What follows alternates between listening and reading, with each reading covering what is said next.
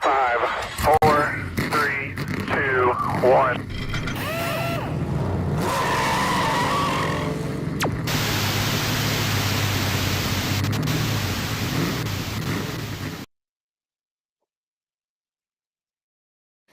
Good morning, everyone, and welcome to the Splash and Dash Morning Show here on the ATYL Media YouTube, Twitter, and the SlideJobSal TikTok account. We are out here this morning across the internet for your viewing and listening pleasure as you get your day started, unpacking the weekend in the motorsports NASCAR world.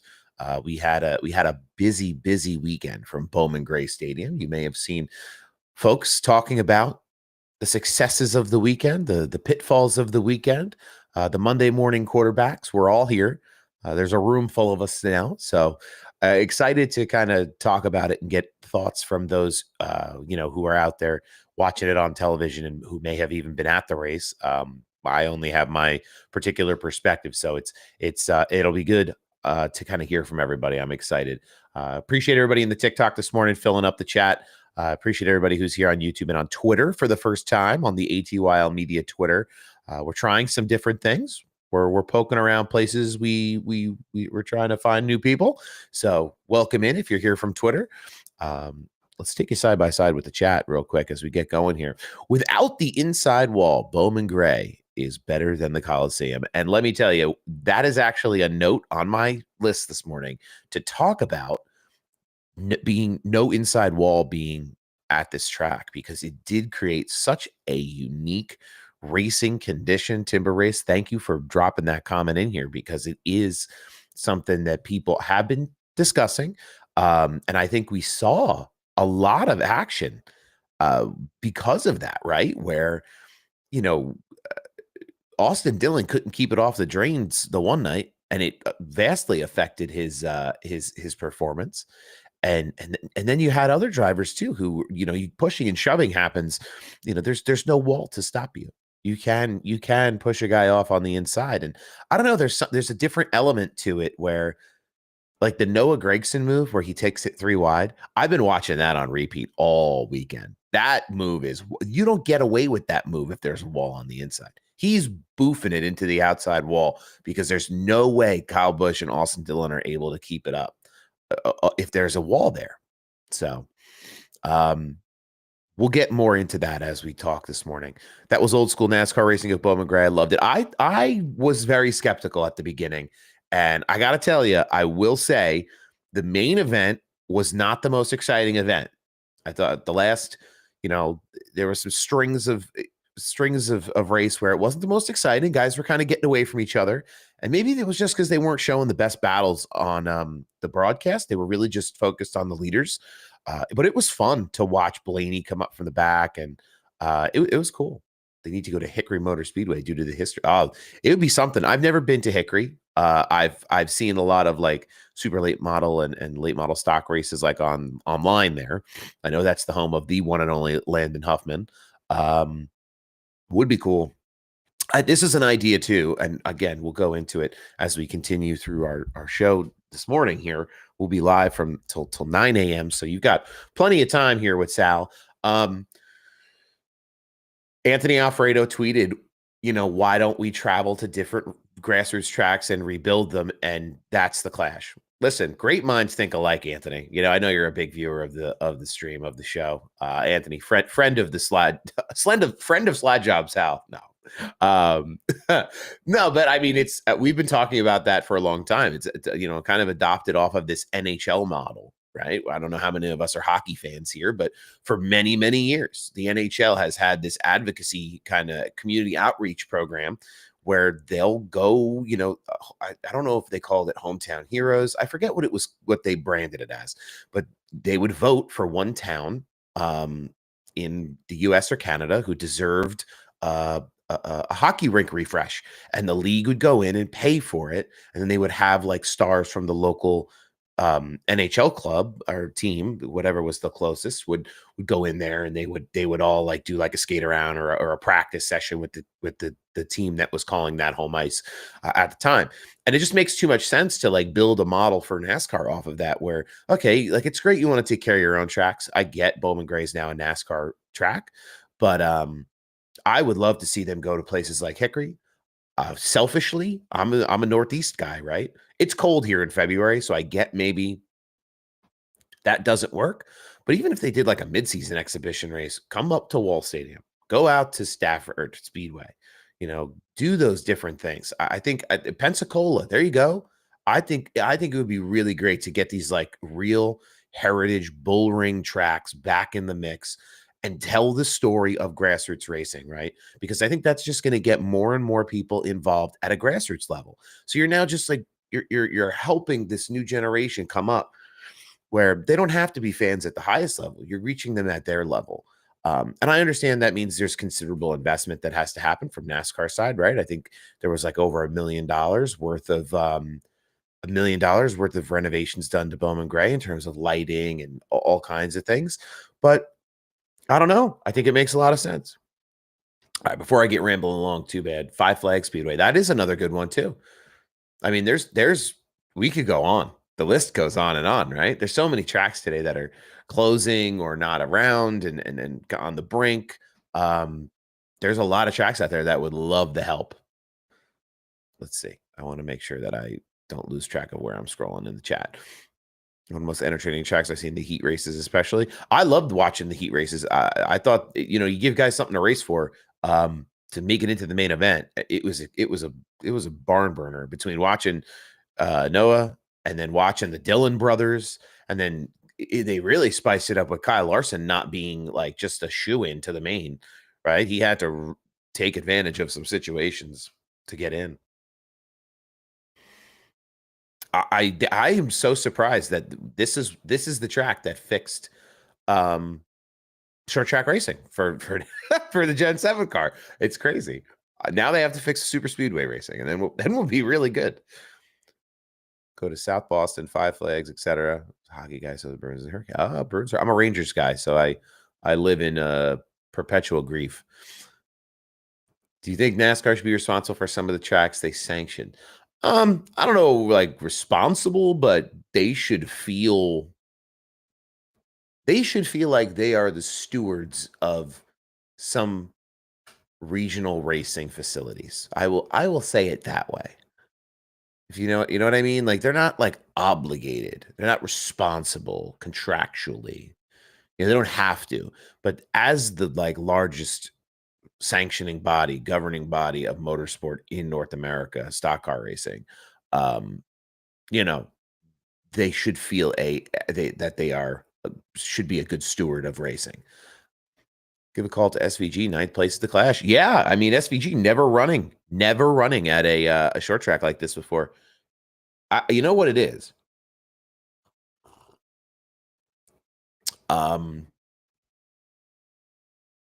I think he did so well because of the way that they had to diamond some of those corners. That's a phrase I learned this weekend, actually. I had never really heard that. That's more of a commonality in road racing and sport car racing, where you're diamonding the corner. Blaney was doing it. It's just a super wide entry, super sharp on the apex, and then super wide on the exit. And you see it a lot in supercar racing, and I think that's why SVG had such a good time here this weekend. Not to mention he's just the man. Bowman Gray kind of saved short track racing. It kind of seems that way. It kind of does seem that way. Hold on, I had one more comment here. Oh, they should be a part of the regional tracks. I mean, the way I understand it for the regional track stuff, I know we're kind of bouncing around a little bit, but you have to pay. Like that's the way I understood it, is that if you want like a NASCAR event or support from them, you're going to go and you're going to sign a check and you're going to have their event come to your place. And that's kind of the way the relationship works right now. It's a very business forward relationship. I don't know how much community outreach or advocacy NASCAR is interested in doing. I'm not an expert on that, but for my local track, they lost their modified date. And apparently, this is a rumor. This is speculation. I'm not in these rooms having conversations. I'm not involved at my local short track, despite volunteering multiple times. Um, they want you to pay them to have the event there to put asses in the seats. Wall Stadium doesn't feel they need to do that, and they don't, because they have the Turkey Derby every year, and they fill the seats just like they would in July for the NASCAR event. So there's an interesting dichotomy of what they want to do to help service grassroots racing and what is profitable. So I'm not really sure how that would work, but all right. The Madhouse Classic, a historic event, the inaugural the inaugural Cookout Clash at Bowman Gray Stadium. 17,000 packed the seats, full house, right? The energy, the vibe, it seemed like it was there. I don't know. I wish they would have piped the crowd noise in, because I would love to have heard when they were booing Ricky Stenhouse. But we'll start out with the modifieds, right? Chris Fleming, he had the victory in the modified race. I did watch that on Sunday afternoon. Not sure if anybody had a chance. Was really hoping Bobby Labonte would weasel his way up to the front, but those modifieds are a ton of fun to watch. I'm glad that they're showing modified racing in like the South. That's a big Northeast thing. I don't know how popular modifieds are down in the Carolinas, but usually it's like late model stocks, super late models. That's what I see a lot of. But yeah, it was awesome to see the modifieds out there getting a little representation, and that's the weekly series that runs at Bowman Gray. So really cool.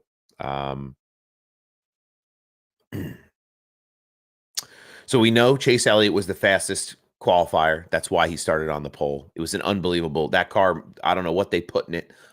It was a rocket ship, but just fast the whole weekend. One driver who was not fast the whole weekend, but kind of turned it around, was Denny Hamlin. The notably sponsorless Denny Hamlin, not sponsorless, but sponsor light Denny Hamlin coming into the Clash weekend. That doesn't mean that they can't get something done as the season gets rolling, but the side of that hauler sure does look funny without FedEx on the side, but I'm sure he will find something.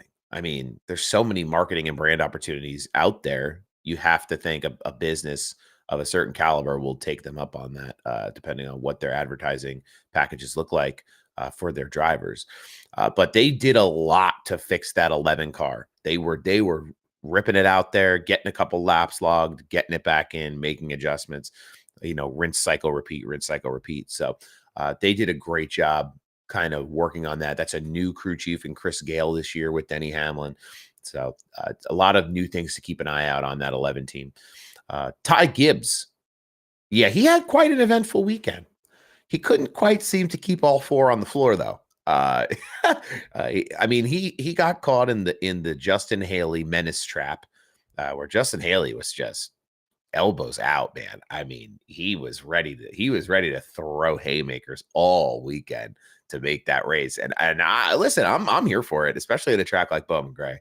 I don't think you'd make too many friends like that.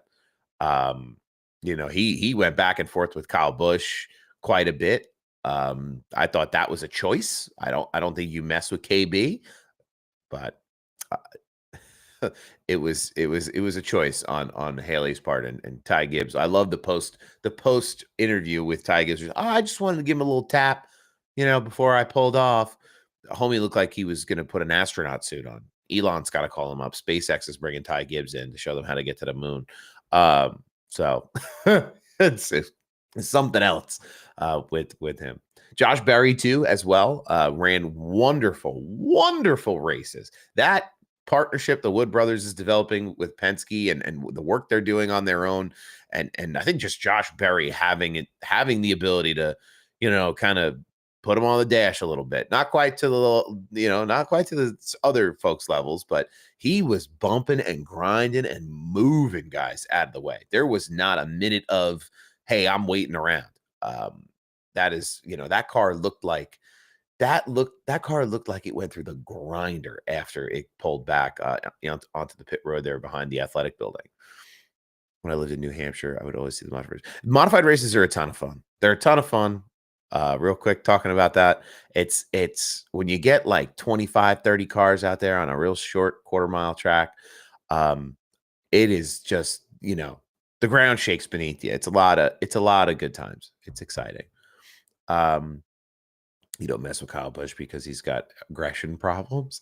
I think Kyle Busch is going to have more aggression problems this year than he's ever had because he's there's pressure.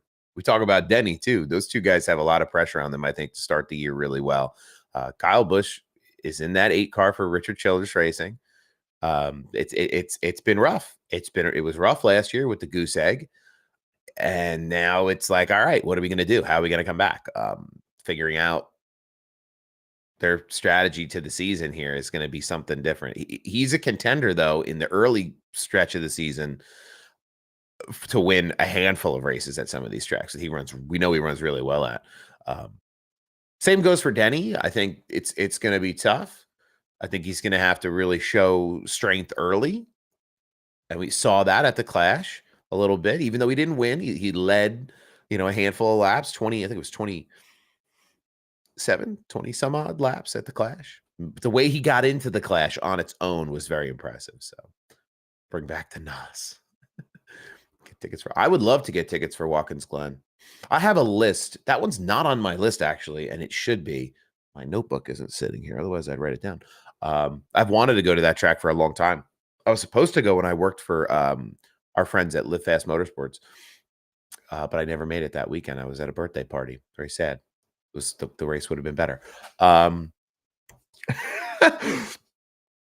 But yeah, some good tracks coming up that a lot of these drivers who might be feeling a little pressure will perform well. Denny knows it's coming to a close. Yeah, I mean, it feels like it's coming to a close. It feels like Joe Gibbs is reallocating their assets to promote the success of other drivers. I think, or not even other drivers, but they're lifting the competition level at Joe Gibbs, the whole at a holistic level, right? Where, Gabe Hart's the competition director and they're kind of sharing that information across the company. I wish I could get into it too, but I am also very broke. I have enough money to afford a microphone and a camera and do this live stream. It's a shame Briscoe had to exit. He was having a really good weekend. Happy to see he looked good in the new car, though. Yeah, it seemed like they had a lot of good team cohesion, and I was someone who was very critical of someone as a Martin Truex Jr. Fan. I was very critical of what the 19 would look like and what James Small would be able to do for them this year. We've only gone through one race. He did get bumped and banged around quite a bit and did have to exit. But I'll tell you what, that 19 car looks good on track with that Bass Pro sponsor. I'm glad they were able to retain that because I just can't imagine seeing something else on that as a primary again. That was nice to see out on track. But hopefully they'll have a better weekend at Daytona. We know Briscoe knows how to hit super speedways pretty good. So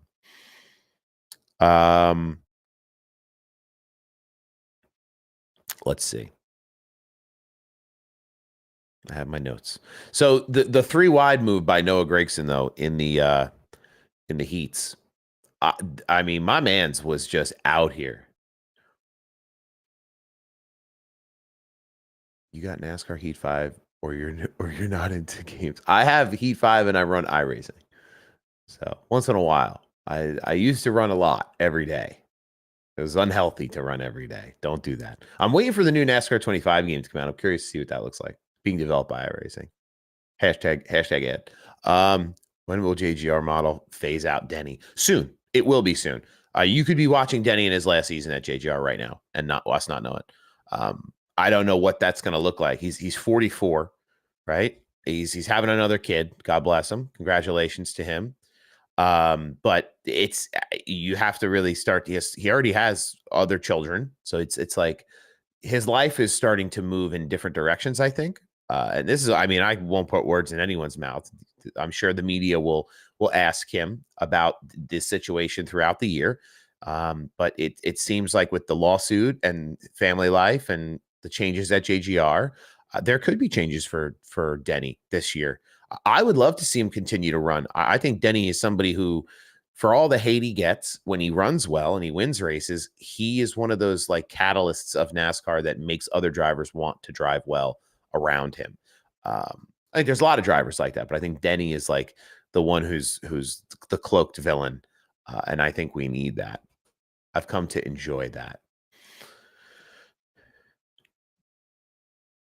Priest predictions. I was somewhat impressed with what I saw out of him this. He sent John Hunter in the one heat race right into the safer barrier. He was not messing around.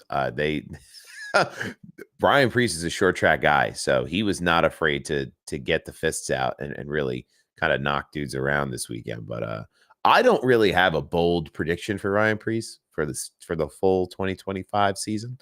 I just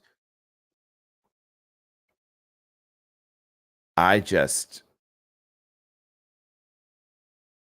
don't know. Brian Priest is an anomaly to me. I think there needs to be more there, and he'll have the whole season to make sure there's more there. Denny needs to step back as an owner. That'll never happen. It won't happen. Especially with how Michael Jordan is involved. That's not what's gonna happen. Not saying it's not what should happen, but it's not what's gonna happen. He's gonna have to trade. Eventually, he'll have to trade his driver career for his ownership career because it's a lot of work. This is what we saw like Stuart Haas. Like if ownership's not like involved on a daily basis, it's really hard to have like this super successful culture. Oh, we got the coffee zippy this morning. Yeah, I had in my notes here, Austin Dillon and Ty Dillon just banging each other around was the most funniest thing I've ever seen, where the two of them are fighting for Pop's love, and lo and behold, they clean each other up into the stuff up high, and here comes Kyle Larson zooting and tooting around the bottom, makes up 3 spots in one corner. I mean, goodness gracious me. I just could not believe that they were foolish enough to get caught up in their own whatever to let Larson by. And they both both the Dillons ended up getting eliminated. That 3 car looked really good this weekend. It looked really good. I thought he was had a real shot at making the event. What happens once you make it is up to anyone's guess, right? We saw Blaney drove from the back to the front. Even like, Noah drove from the back to like 8th. Bubba drove up the field. Like those were the battles I think we missed on TV that you could see better in person. So, Denny's going to win his first championship in 2311. See, now I've had that thought also, right? But what car is he going to drive at 2311? Somebody's going to get the boot, right? It's not going to be Tyler Reddick. They just signed Riley Herbst. Bubba Wallace just signed a contract extension. So it's like, that's the thing that I think is confusing to me and they can't sign a 4th car under the current charter agreement. So unless something really major develops in the charter system conversation where they're going to go back to the table and say, okay, yeah, you can have 4 charters. I don't know. Look at the field and open car for the owner. It would be like a legacy motor club situation. I'm not sure about that.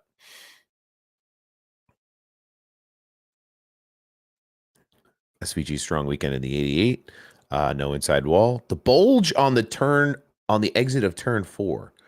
That was something I wanted to talk about. We talked a little bit about there being no inside wall, but that bulge in the wall on the safer barrier out of turn 4 took a couple guys this weekend because it's just the way the stadium is shaped when it was built for football. It has that little overhang, and I guess when they drive the modifieds and stuff, they don't, they have a guardrail which is not quite as thick as a safer barrier, the way that those are engineered.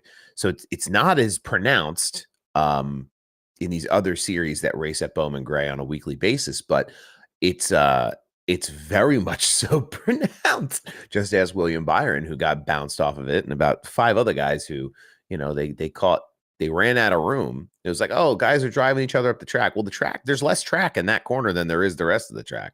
So it's like, how much are you gonna run a guy different in turn 2 and turn 3 versus turn 4? It's a hard thing to do.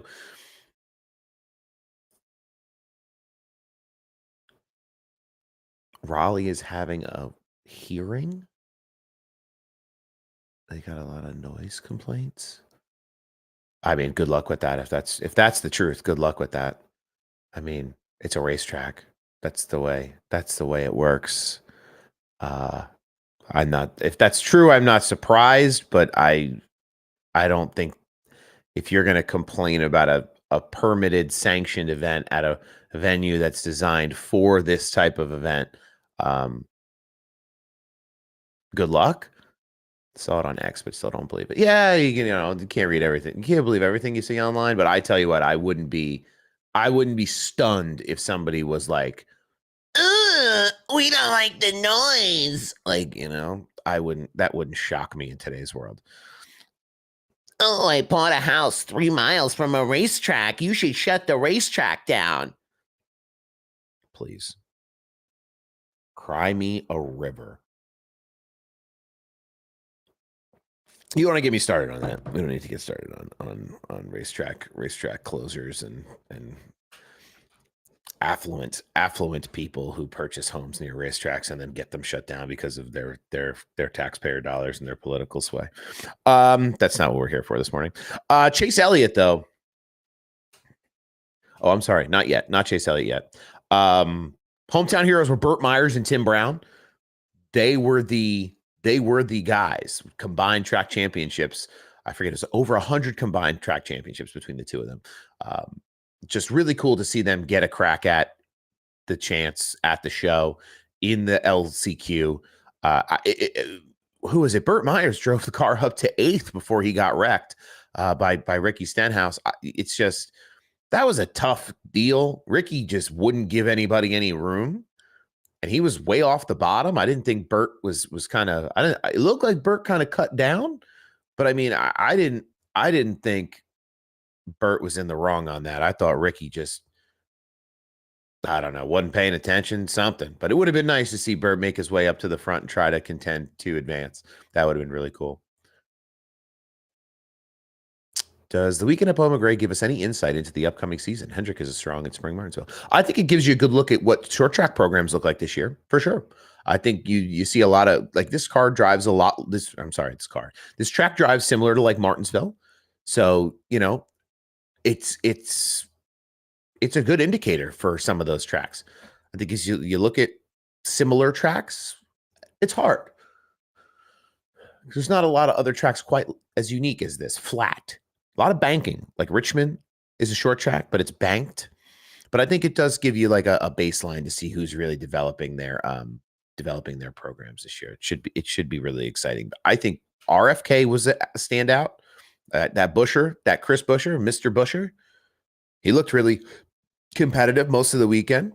Not quite in the main event, but he was in people's mouths. His name was in people's mouths all weekend. RCR looked okay. I thought the 3 car looked good. I am cautiously optimistic anytime RCR comes up. So somebody asked about the provisional here. Hold on. What did they give Blaney the provisional for? For points standings. So because he was second place in the points last year, he was granted a provisional to advance without the last chance qualifier. Hendrick obviously looks really good. JGR looked good too. I thought I thought Bell had good speed. Briscoe looked okay until he was out. Gibbs had strong runs at the front in the heat races. So I think there's a lot of good indicators. I'm impressed with what I saw out of the Wood Brothers entries. I'm impressed with what I saw out of Spire. I thought that was a lot of fun with Haley. I was impressed with FRM too. Todd Gilliland running at the front for quite a while. I don't know. Noah, I think there's a lot of really evenly matched pieces of equipment out on the track this year, more so than ever. I don't think these big teams are running away with the show like they did in years past. I think you're going to see a little more balance. Will Recce Spinhouse wreck 876 cars this year? I have a high outlook for Ricky this year. I think he's going to turn the corner this year with the new team. Hopefully he will not wreck 876 cars. As a Kyle Busch fan, I'm worried about RCR performance. Only 1 car made it. Yeah, I'm worried for Kyle Busch too. I'm worried for Kyle Busch at RCR. I'll tell you what, if it don't work out, he's going to be a hot free agent. I think he's going to go to one more team. I don't know who it'll be. I heard them talking about this on Happy Hour Pod, and it's like, oh well, he can't go back to Hendrick. He can't go back to JGR. Those relationships. Imagine going back to those brother. I know they know better than me. I'm sure, but this is a driver who's a once in a generation talent, and he's driving in equipment that does not match the level of talent that he has. I was cutting up some social stuff last night, and I was looking at some big like passes in NASCAR history. There's clips of Kyle Busch everywhere. The guy has so much talent, and he just has he just doesn't care. Like he'll send it in anywhere. Um, yeah, I don't know. It doesn't make sense for me for him not to be on a competitive team moving forward if RCR cannot improve his performance. Sorry, I've been neglecting the chat. I'm going to one chat to the other chat. Can't deal with racing noise for a weekend every once in a while. I'll take the house off your hands. I would love that. I would live on a racetrack if it was up to me, but you would be stunned how many what happens up by me is, we had a lot of drag strips up here in my area, and what would happen over the years was they would the land around the drag strip was basically empty because they build this drag strip deliberately away from people. And as the encroaching civilization builds more and more and more, they would build those communities, and they would shut the tracks down. All the tracks by me, the drag strips by me, are now container storage lots. That's what they all are. 100 years of drag racing history holding containers. So with RFK cars flexing at Bowman Gray, will we see Ryan Preece? Where will we see Ryan Preece? I am skeptically optimistic about Ryan Preece and his performance. I mean, if he can get things done the way Buescher has, and the performances we've seen from Big Bad Brad, we'll see. I think he's in the best equipment he's ever been in. To be honest with you, I think this is a step up from SHR, in my opinion. So we'll see what he can make of the season. It's only one race, but there's a lot of race in this season that he can prove himself. Will Ryan Preece a lot of laps at Martinsville like he did? I'm sure he'll run in all the modified events this year. He ran at Loudon last year too in the modifieds. So at any seat time he can get this year, he would be wise to get to help him kind of. There was conversation that he might not even be in a Cup ride this year. So he managed his way into that RFK seat. I think he fits well with their brand, and he fits well with their with their culture over there and the performance. But it's just keeping it now.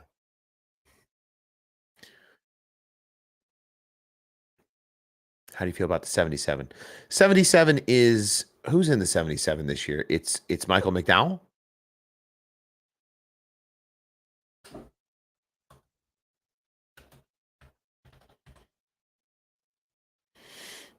Pretty sure it's Mike. Oh no, it's Carson Hocevar. Sorry. 71 is Michael McDowell. Those Spire cars, they mess with my brain. The 1 and the 7, they're similar fonts. You're watching them go around real quick. It's like, Jesus. I loved what I saw out of Hocevar this weekend. I thought it was really impressive. I've been high on him since about halfway through the middle last year, where you really saw him kind of run in the top 15, top 20, top 10-ish every week. I mean, they were averaging pretty good finishes at the end of the year. That's the host of our team.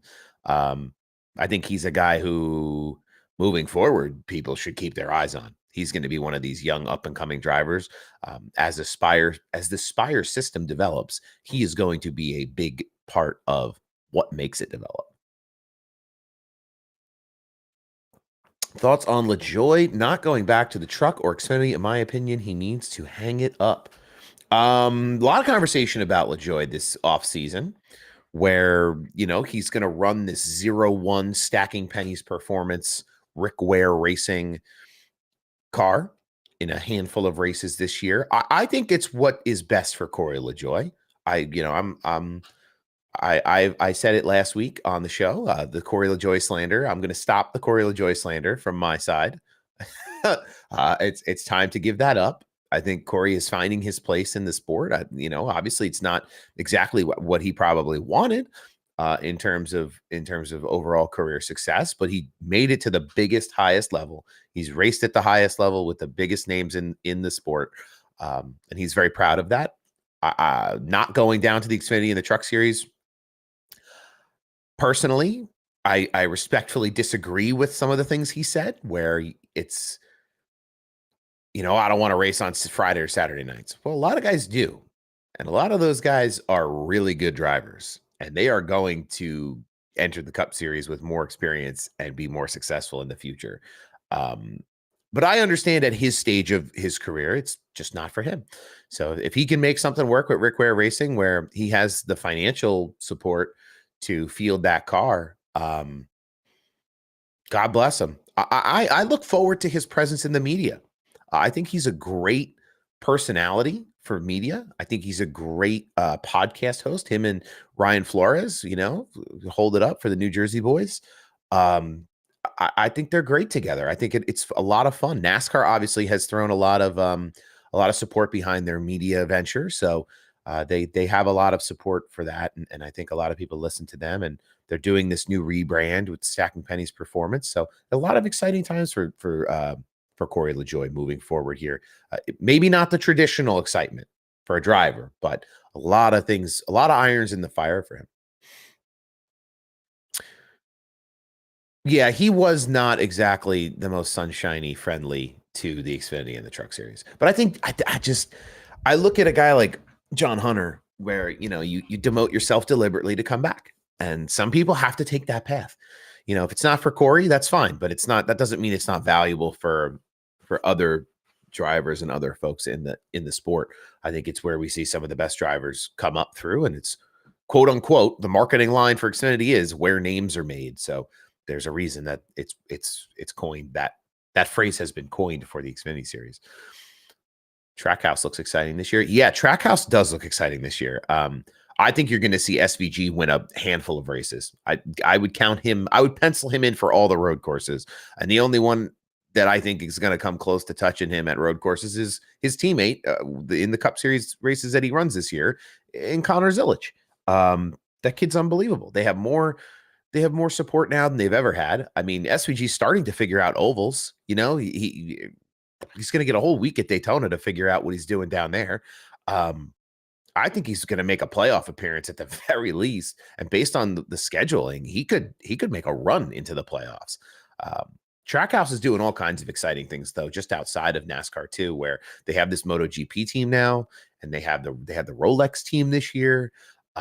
They are getting into a lot of different ventures in motorsports and in just in everything. They're not afraid to kind of jump into different things. Justin Marks is creating this culture of winning over there. I was down at that shop, and just they were still very early on, but like the culture there and the way that things are set up, you can see that the diversity in what they want to do is very preeminent. So it should be interesting to see how that team performs on track this year. And they have, I mean, come on. I mean, they have some of the best drivers. Daniel Suarez is like the one who's in the hot seat, right? Which is crazy to say because he won races. He won a race last year. He made the playoffs. So they have a good stable. They have a lot of good guys. How many races will Connor Zilic win in 2025? All of them? No, I'm just kidding. I don't know. I think he wins at least 5 races in the Xfinity Series this year. He's going to be your Xfinity Series Rookie of the Year, and I think he's going to be. I think he's going to be the champ, no doubt. Do you take guests on the show? Actually, so yes is the answer. What I'm doing is I'm trying to develop this system where I do interviews, pre-recorded interviews with folks, and I play them on the show. Like so we started at 7:00. It's currently 7:43 here. Sun is getting high in the sky here on the East Coast. So what I want to try to do is, as we develop this is a 2-hour program in the morning. I would love to do like a 30-minute or like a 40-minute quick snip conversation with guests, and then play it while we're on the broadcast. Kind of similar to what Taylor does for ATYL Live, where she does some pre-recorded stuff. But yeah, I would be interested in doing that if people want to get on here and chat. I am so like nervous to reach out to people sometimes because I don't know if I don't know if they'll talk to me. So But I love talking to creators and people in the community as well. It's not just like, oh, I only want to talk to drivers, or I only want to talk to this person or that person. I had a podcast once upon a time where the whole podcast was just me asking people like what they do and telling me their story about how they got to where they are in life. So I enjoy having those kinds of conversations. If people want to be open and upfront about like their personal experiences and kind of giving back to the community. That was where I was at, where it's like, okay, how did you become this successful person? All right, let's give that information back to the community and let people, try to find some success in the process. But yes, is the short answer.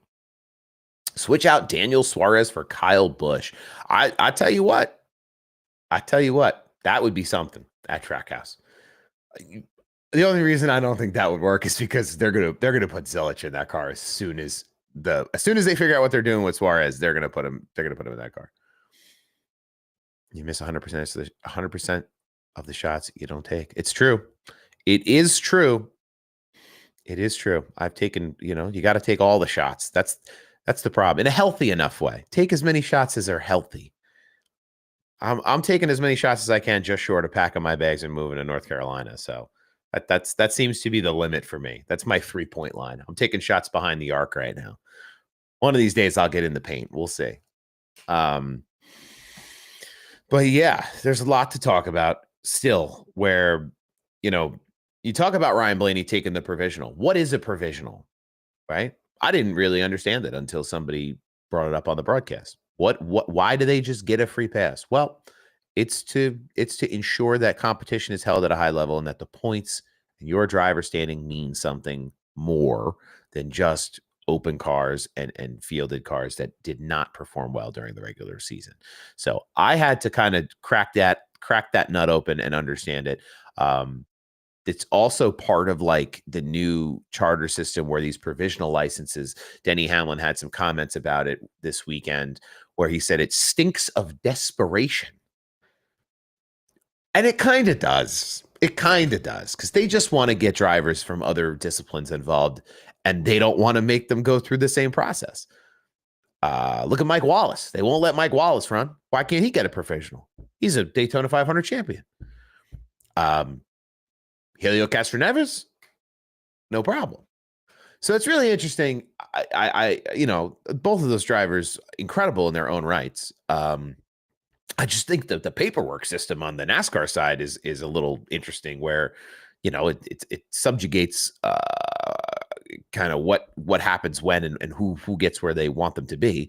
But maybe I don't understand it fully. But that provisional system is something that's interesting, where they can kind of go through and, based on a driver's record and a driver's level of competition, make that choice where they can let them in and to run sanctioned events outside of like the typical structure of how you get qualified for it.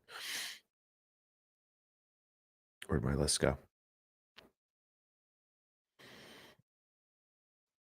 But Blaney is why we got on the topic of provisionals in the clash, right? So he just pulls it off in the last chance qualifier. Drove from last to first, which is crazy at this track.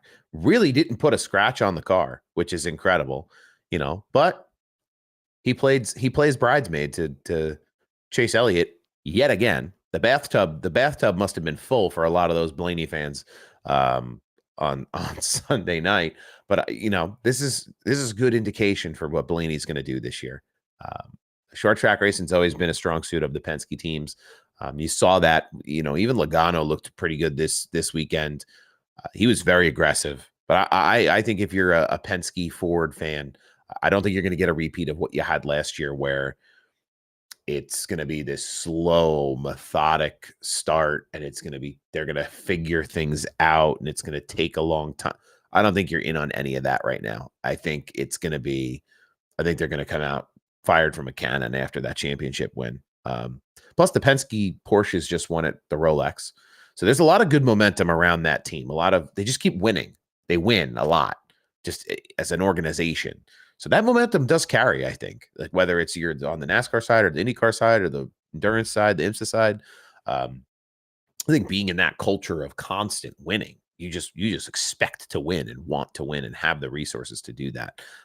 So it should be interesting to see how they attack the next couple of weeks here as we get into Daytona. That is something to keep in mind too. Next week is not Daytona. Next weekend is the big game that everyone is so excited about. Wow. I'm not even watching for the commercials this year. Just me. But yeah, interesting topic about the provisional. Something that I thought was interesting. So your top 5 finishers though in the Clash. I got about 10 minutes left in the hour here. The top 5 finishers were, your winner was Chase Elliott, Ryan Blaney, Denny Hamlin, Joey Logano, and Bubba Wallace. Something was interesting too that I heard about from Denny Hamlin on Actions Detrimental this week was he and Bubba have grown very close to each other. I mean, in the offseason seemingly, where, he had a lot of star-spangled awesome things to say about Bubba and how locked in he was in the offseason. And, Bubba and his wife welcomed their first child into the world this offseason as well. So maybe there's something there where a lot of people criticized Bubba last year that he wasn't like focused the whole year. And you could, even Denny had said it where, if you have to come out in the first half, like you're going to play in the second half, play like you're down when you're up, was kind of the message that it seemed like Denny had last year for the 23 team. And there's some new organizational changes on the 23 team as well. So maybe there's just a new standard of racing on that team where Bubba Wallace is going to really push to win more. I mean, he already is pushing to win all the time, I think. But, as long as him and Freddie Kraft still have fun little radioactive conversations, I can't wait to see what happens there. The second year of the Dark Horse Mustang should be an improvement over the beginning of last season. Yeah, I think Ford, too, like in general, Ford has made a tremendous effort to prop up their motorsports programs this year. I saw that big event they had at Charlotte Motor Speedway. I love that they did it in Charlotte. Everybody talks about Indy being like the racing capital of the world. Detroit is the Detroit City. It's a car where all the cars are made. Like, no, wrong. Racing capital of the world is in Charlotte now. This is where it's all happening. So it was really interesting to see. It's really interesting to see them do that event at Charlotte Motor Speedway and have, those cars featured, not just from NASCAR, but from Baja Series and drag racing and their GT3 cars. And they announced they were going to go back to Le Mans with the hypercar. I thought that was really interesting. I cannot wait to see an American brand represented at Le Mans like that again. The Garage 56 stuff I loved. I would love to see that go back again to compete for real. But even to see the Garage 56 entry go with the 24-hour Daytona as an experimental class car, that'd be really cool to see that thing back out on track. It's just sitting in Mr. Hendrick's garage somewhere. Like, I would love to see that thing kick back up. But I do think those Dark Horse Mustangs are going to come out of a cannon this year. I don't think there's going to be much. There's going to be much lag in performance there.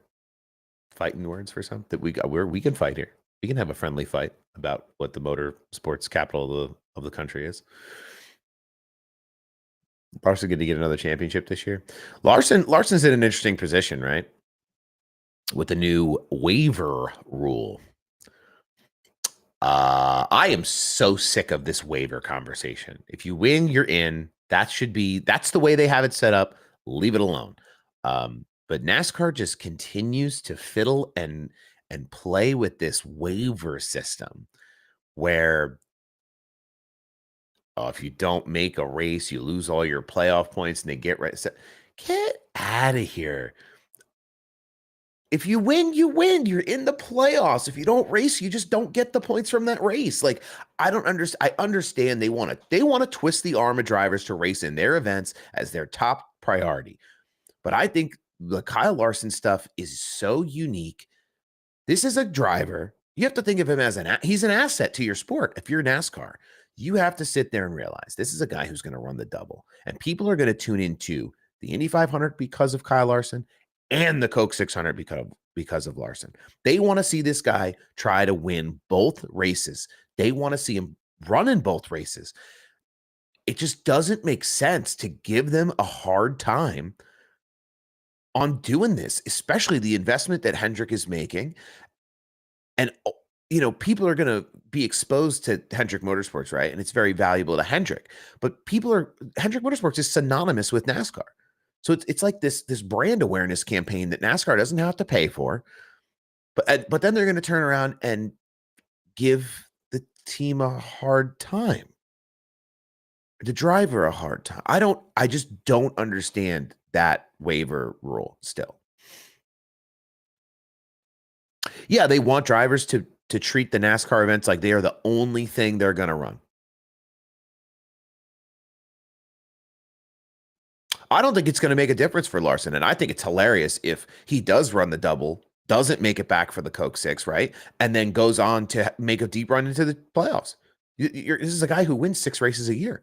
How are you going to take his playoff points away? It's ridiculous. But what do I know? I'm just a guy on the internet that talks about this stuff, giving ideas away for free out here all the time. Back to Bowman Gray. Sorry, everyone. We've been getting very distracted. Back to Bowman Gray. I did put a poll up on Instagram. How many cautions? Over, under 5 cautions. There were 7. A lot of cautions in the beginning, and then it smoothed out at Bowman Gray. Short track racing, that's what you get. No overtime finishes, though, which I was super excited about. We had so many overtime finishes last year, it made me sick to my stomach. So I'm glad we don't have any of those. Crazy for giving Larson a hard time. It is, Cap. I'm telling you, it's not right. It's not right. I think that type of decision making is what made NASCAR smell funny to guys like Tony Stewart. I still think about that whole situation with SHR. It's all done and dusted now, but Tony Stewart did that interview with Kevin Harvick, and you hear him talk about certain aspects of the sport, and I think that attitude just from them made guys like him just be like, I'm going to go drag race. I'm going to go buy Eldora. I'm going to go do some other things where it's hard for me to imagine a world without a NASCAR community, without Tony Stewart, but that is the world we're living in. And I don't know if there's any kind of focus on retaining the stars of the past at this level. I know NASCAR has like an alumni program that they work on, and they get some of the drivers out to the track, but you hear some of these retired drivers and some of these past drivers come out and say like they're not reaching out to people to get them involved. I know they do it a lot now at some of the big tracks. They do it at Daytona. They do it at some of the legacy tracks at Crown Jewel events. They'll bring out some of the stars of yesterday to kind of make appearances. But I'm talking about it even from a more involved perspective of being owners and being involved in the sport in that capacity. It's just, it doesn't make sense to give these people a hard time.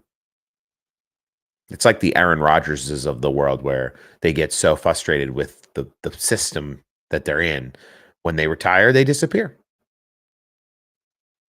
I do agree with you, Cap. I do agree with you. I think there's a wave of modernization that has to happen. And a lot of people are very resistant to the wave of modernization coming in NASCAR. It is not the good old boys sport anymore. It has changed so drastically. I was listening to Taylor's TikTok live the other night, and just people in the comment, NASCAR ain't what it used to be. Yeah, it sucks now. Don't watch, because it ain't going back to what it's not. Oh. Okay. Verification complete. It's not going back to, it's not 2004 again. It's not going to happen like that. I promise you. We're not going back to the Gen 4 bodies. We're not going back to the car tomorrow. So, the series changes, and it's the playoff system. I think there's still changes that will happen there, but just the overall culture of the racing is changing in a big way. And either you're on board with it or you're not. And that's just part of the new ushering in of the new generation of fan. I think they're going to make changes to the playoff system in 26. I think when Penske makes another deep run this year, they're going to all sit there and go, well, this ain't it. We can't just have guys setting up cars to run Phoenix, because that's what it is, right? Win one race. You have to win like 3 races a year. Win your race to get into the playoffs, win your race to advance in the playoffs, and win the championship race. You can point your way through most of the rest of it. Just run up front, come out to the track. There has to be a more competitive incentivization system there. I think the mid-season, what do you call the mid-season tournament is going to really play into what incentivizes drivers to get more aggressive at tracks and produce a higher racing product than they have in the past. I think that'll be a lot of fun to see. All right, let me go back to my notes. Did we talk about the rotating legacy tracks for the Clash? We did, right? How we want them to travel around to all these grassroots tracks and give them a little revitalization and then run the Clash there. Help bring up the next generation of grassroots racing fans. Was the Clash at Bowman Gray better than at LA? Yes, in my opinion, was better. I liked it in LA, so maybe I'm one of a few in that camp, but I did enjoy it in LA. The last year was hard because of the weather. I was out there right before it rained. It rained a lot. Rain in LA is not the same as other places because they never get it. And when it rains there, it pours, and the whole city shuts down. So a shame that was the way that the final LA Clash had to unfold. But I think it is better at Bowman Gray. Should it be back in Daytona? Should the Clash be back at Daytona? I think so. I like the Daytona Speed Weeks. I grew up watching that. So Party of One, I think that is for me. I do understand the perspective, though. I listened to the boys over at Here for the Speed podcast, and they were talking about just it's good to have a variety of tracks where, your Clash is at a short track and then you're going to a super speedway instead of super speedway, especially in the cars of these next gen cars that notoriously have had these fuel mileage races at super speedways, right? Will Bowman Gray be back? I hope they're back on a 3-year deal. I hope we get 3 years at Bowman Gray, and then maybe we can talk about Brazil or Mexico or international racing. That seems to be the next big step. Big Duke Sim Racing in the chat, ladies and gentlemen, over here on the YouTube channel. Duke was running his heart out last night. I was watching. You were at Homestead running in trucks. That's when I tuned in. Hopefully Duke had a successful night last night in the Big Duke Sim Racing ATYL car. Glad you're here, Duke. Bring trucks back to Eldora. Trucks at Eldora would be fun, but there's some beef there, right?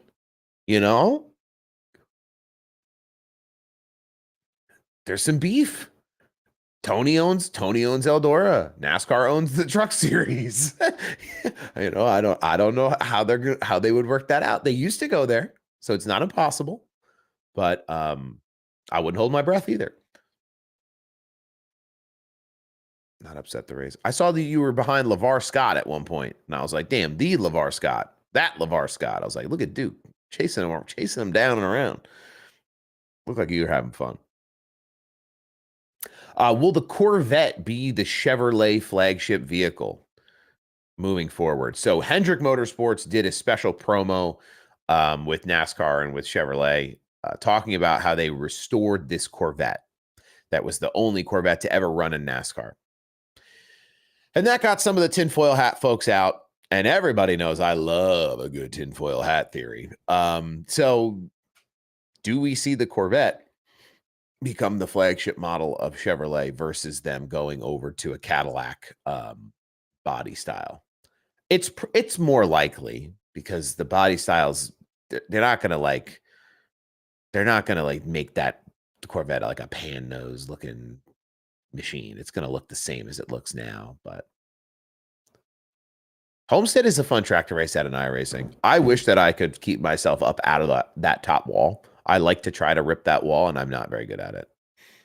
I know the better line is to wrap the bottom there with the high entry and wrap the bottom through the corner. I was watching you last night. You were doing a little drag brake action. You were fast. I couldn't do that stuff. The NHRA will probably race at Eldora before NASCAR.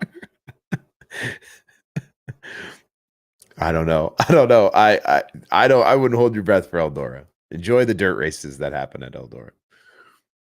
I don't see the vet in NASCAR. The body lines will never work with the aero package. Yeah, it's interesting to.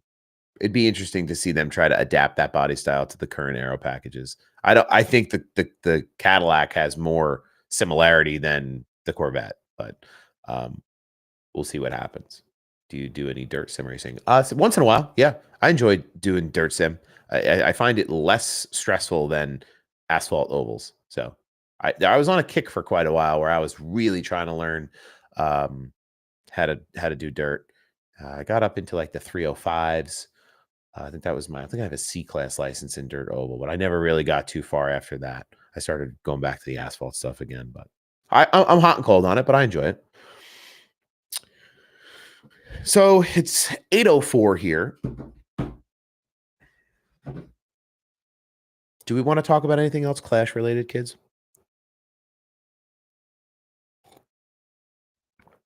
Before I move on? I know we like to bounce around here on the show. I do have like a show notes list that I try to follow, but before we won't close out conversation on the Clash altogether, but before we move on to the next part of it. All right.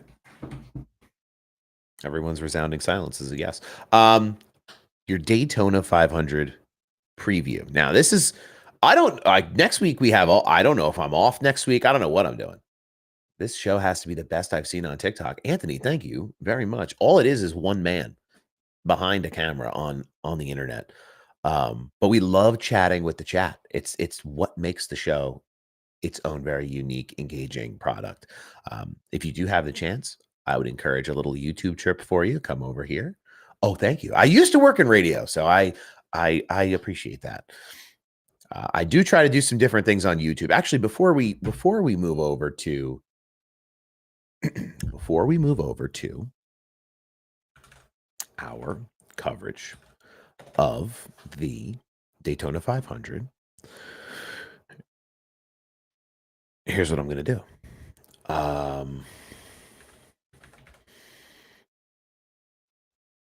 We're gonna go back through and watch a couple of. I just want to see if it'll give me the short version here.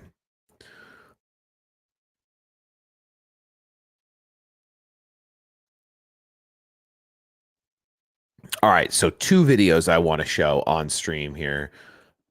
Let me see if I can get it on TikTok as well.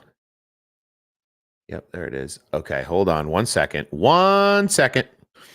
Glad the Tim Brown Burnt Myers nonsense talk is done. Oh, my headphones fell out. It was fun to have them involved. I'm glad they didn't get into each other. I know there's some blood, there's some hot blood there. Oh, look, it's me. Oh, I'm on the TikTok 2 times.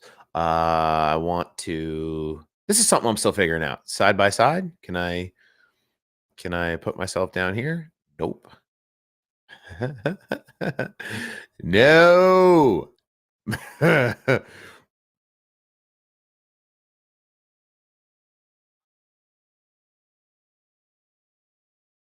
Oh, I remember how to do this now. Let's see. I want to share my screen. I want to share the window. I don't want to share my entire screen.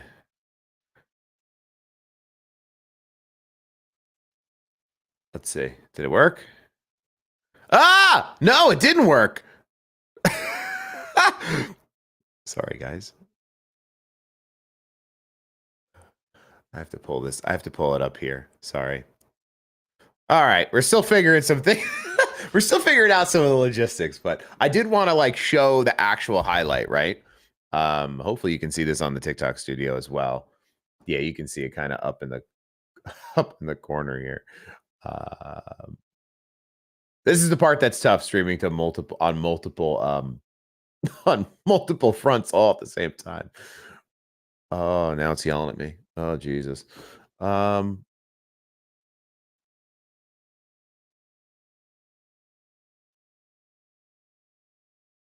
Oh, that's not what I want. There we go. Nope, that ain't it either. All right, I got to minimize this. Now you should see this. We're talking about the last chance qualifier, and these were just the most fun. That clip right there, that move was the one of the night for me. And these 2 just fighting for Pop-Pop's love was so much fun to watch, and all the while letting by Zane Smith, um, letting by Kyle Larson. The field like, this is how far like, they're 3 cars back, and they're letting them get around.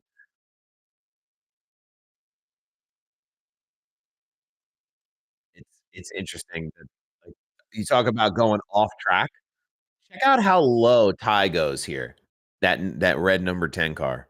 Check out how he's over the drain, and this is, again, what we talked about earlier in the show, where you have a track with no inside wall.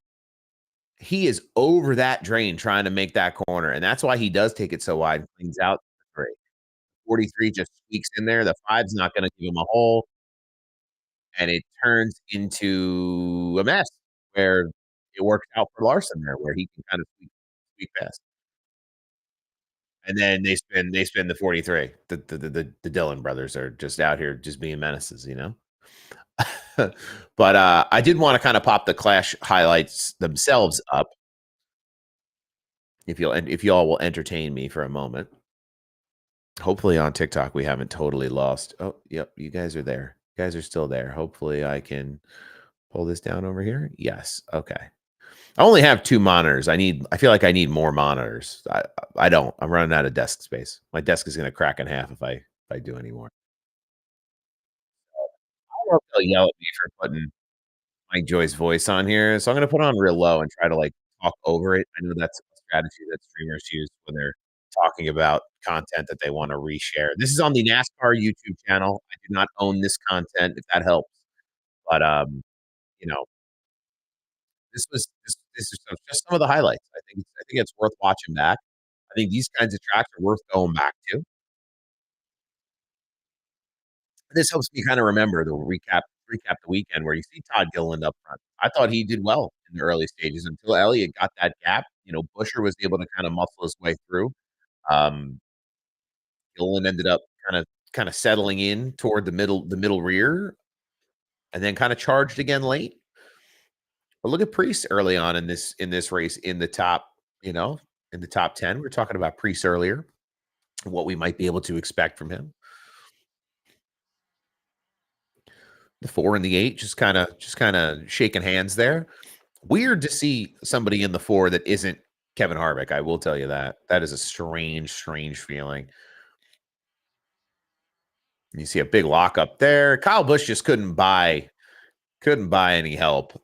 He did get back on the lead lap at the end, but he did I think he ended up going back to the pit to kinda get some things looked at after that initial incident.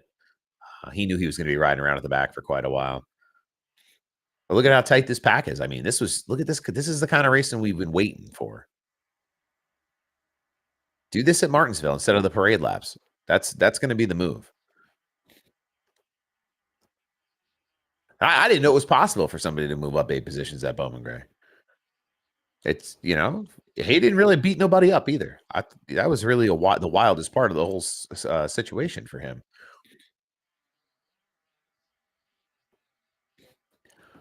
And you see Van Gisbergen in 11th. Wallace was in 10th at this particular time. Hocevar in the top 10. Briscoe, or I'm sorry, Kozlowski and Briscoe together, those RFK entries, strong at the front, toward the front. The top 5 really didn't change a bunch. That 5th spot was kind of up for grabs, where Bubba ended up getting that P5. But you see the drive off for Chase Elliott, where he puts his foot down and he's gone.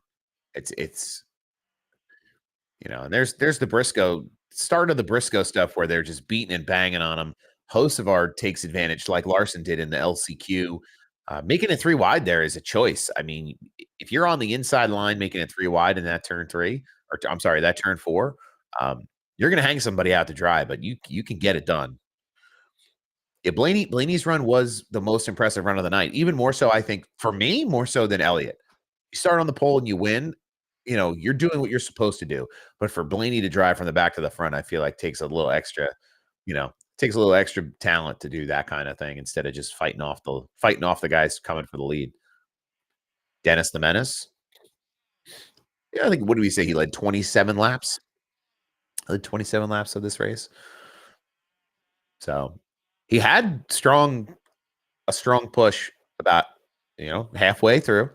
He wanted to position himself at the break to come out and be the leader, but just something about the car on the runs. The first half of the race, Elliott was falling off at the end of the run. And the second half of the race, when Elliott got back out to the lead, it was different. And they must have made some type of an adjustment. And Hamlin started going the other way in the second half. Oh, this was the synchronized spinners. This was fun. Da, da, da, da, da, da, da, da, da. That car does look good, though. I love the new scheme. It's kind of that digital camo kind of print. That 19 car does look nice this year. Sad it's not Truex. Happy for Truex to retire, but happy for him to make that choice for himself. But look at Hocevar. Hocevar and Bell. Oh, no! I love that for Christopher Bell. I need more menace Christopher Bell in my life. They're really hyping up this Larson Bell rivalry that I don't know if we're gonna see, but I think Hocevar takes big chances and he's gonna piss people off doing that. So if he can get under the skin of somebody as calm, cool, and collected as Christopher Bell, who else had a really good day that we haven't really talked about is Austin Cindric. He raced really well in that 2 car. They seem to have those Penske cars. You can't it's hard not to talk about them. But they had an impressive run in the 2 as well. That Freightliner scheme looks pretty sick too. It's like city streets printed on the side of the car. It's very cool. You see Logano, the winner of all things new. He was another one who just methodically snuck his way up and up and up and up and up and up. Right here with 120 left in the race, he's running in 7th. I mean, just always in the mix, waiting for that moment to develop in front of him. I feel like that's a lot of what happens at this track in particular. Just you're waiting for a hole to open, like right here. Like Logano starts that, he makes that happen, but he's picking up a spot there. Those kinds of things are how this racetrack works, I guess. Poor Brad. I think Alex Bowman's poised for a good year this year too. I know that's not a very popular opinion. People want him out of there. What would be wild is if Kyle Busch went back to Hendrick and took over the 48. That would be wild.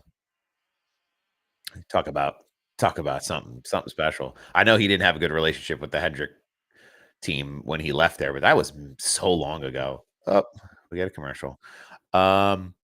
Real quick, let me come back over here. Oh, it's me. I don't want me on here. I want the chat on here. How do I find the chat? Dude. No, we'll go back to it in a minute.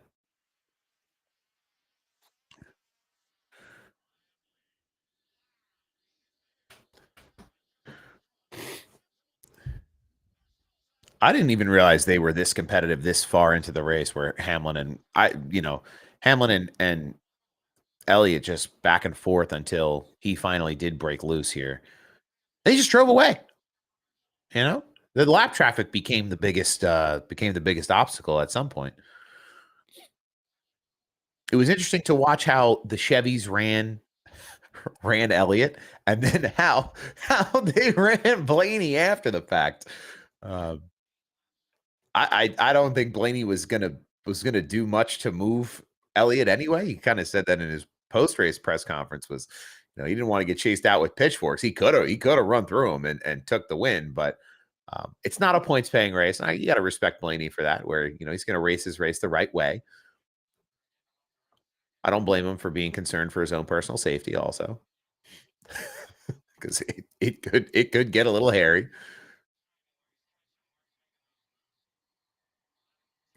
And then this is where the lap traffic came into the equation here, where, you know, that was really the only misstep too by Blaney was, everybody thought Bush maybe got into him, but Blaney just slipped the corner on that high entry, couldn't quite get it to turn down the way he wanted to. And that seemed to be an issue for a lot of the teams all weekend was,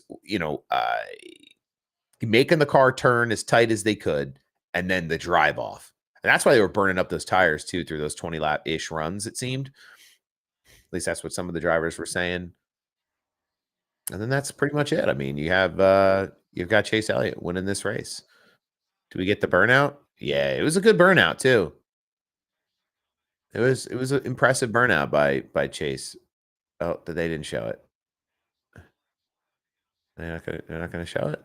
The one where he like drifted up against the wall the whole time. No, they're not gonna show it. All right. I want my chat back. Give me my chat.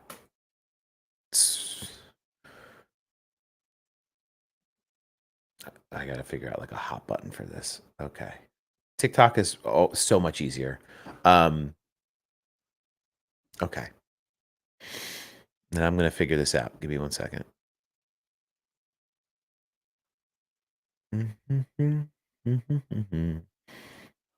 Nope. There we go. Okay. Sorry about that, guys. I'm going to catch up with the chat now. It was covered before and now it's back. So I apologize for not being engaged with that the whole time we were kind of watching those videos. But Duke's got Malik Ray Thursday night. Ooh, that's a big guest. I'll have to tune into that one. Make sure you check out Big Duke's Virtual Race Hub. I never thought I'd see 3-wide racing at Bowman Gray. Pretty cool. It is pretty cool, man. I don't know. It's wild to think they could squeeze their way through there. I didn't think it was possible. A lot of quarter-mile tracks, you ain't getting away with that, those places. So it was fun to kind of see. Woo. All right. Let's cook through some Daytona 500 preview. I don't know if I'm going to do this. I'll probably do the show next week, but I'll probably do it only for an hour. Unless we all want to come in here and chop it up and talk NASCAR. Only because of there's the lack of the week, but maybe we could do some preview stuff if you guys want to come hang with me on a Tuesday morning to get your day started. This is the 67th running of the Great American Race, the Daytona 500 at Daytona International Speedway. The 2.5 mile super speedway is just the place to be. If you've never been, you have to go. Make it a trip. Wanted to go this year, went last year, wanted to go this year, didn't work out. But it is, I know people complain about super speedway racing and fuel mileage savings. The facilities at Daytona 500 are some of the just top of the top class anywhere, in my opinion, whether it's football, baseball, basketball, hockey. Daytona is one of these premier sports locations, in my opinion. So definitely worth checking out and enjoying everything that it has to offer there. So William Byron is your defending Daytona 500 champion. He won in that kind of controversial finish where the caution came out. It could have been Alex Bowman. Could have been Alex Bowman. There was some questions there, but he ended up claiming the crown. It was a good race. It was fun. A long race. A lot of pushing and shoving. A lot of Big Brad doing Big Brad things. But Ricky Stenhouse won in 2023. Austin Cindric in 2022. And then you have Denny Hamlin, who's a multi-time Daytona 500 winner. Those guys should be on your sheets to run up at the front or to win this race again. I think Kyle Busch is also another driver you have to look at who's looking for his Daytona 500 win. This show should be done at the Chegg at 3 a.m. We could set it up. I don't know I used to know the people that own the Chegg. There's new people now. I don't know them. Maybe we get them to sponsor the show. Speaking of show sponsorships, I'm sending out some cold emails today and tomorrow, this week, to try to get some sponsorship for the show in the morning. So maybe Chegg will go onto the list to sponsor. Gillen will run, all those FRM cars will run good. All the Fords will run good at Daytona. We know that they always have an affinity for super speedway racing, the way that they set those cars up.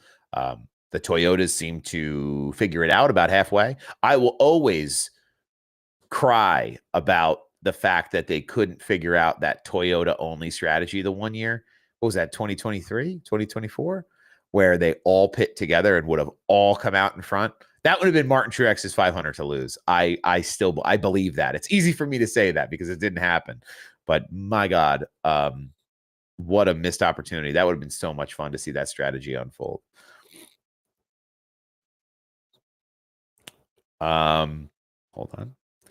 Will Chase Elliott's momentum play a factor from the Clash to the 500? I don't really know. I think it's two totally different events, and it's really hard to carry one over to the other in terms of week to week.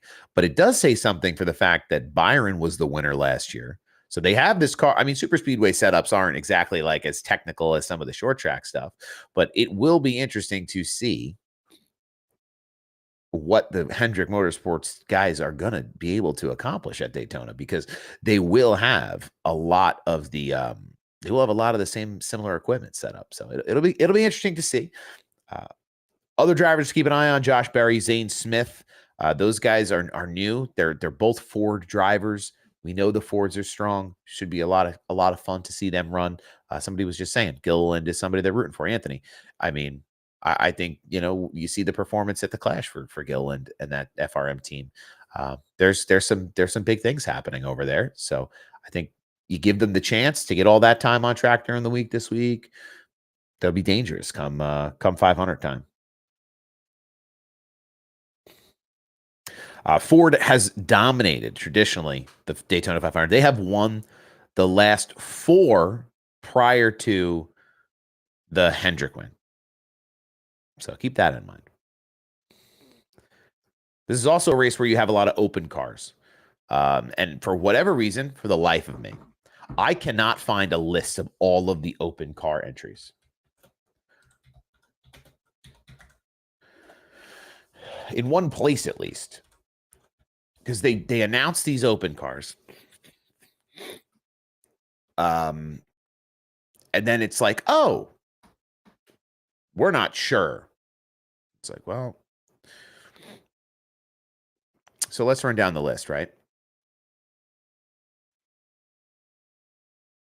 New faces this year. We all have Ty Dillon back in the 500, running for Colleague. Riley Herbst will run in that 2311 entry.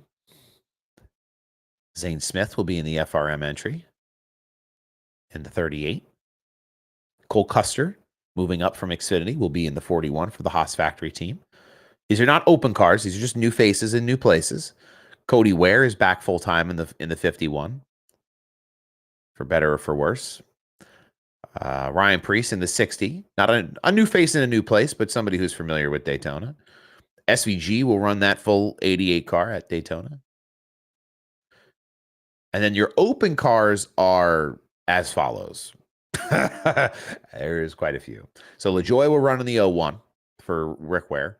There's an entry for Richard Childress that I am unaware of the driver. It says TBA on this list.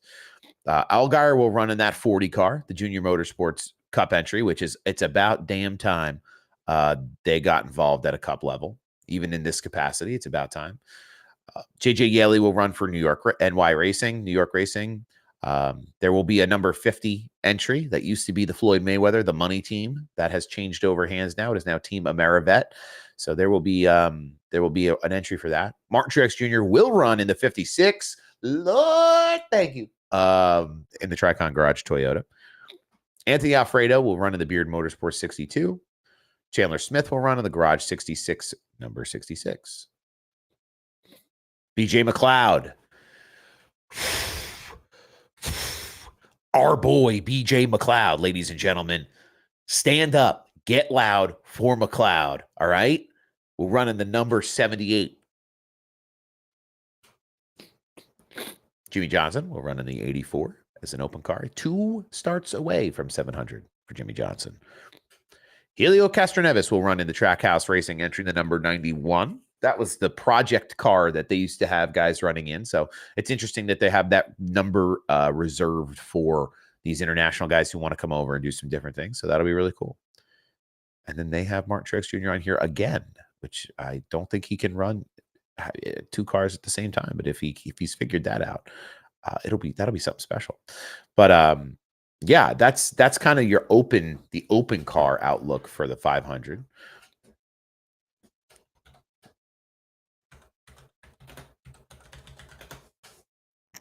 Let's take a look at the Xfinity series as well. Always something that I want to try to get some attention on.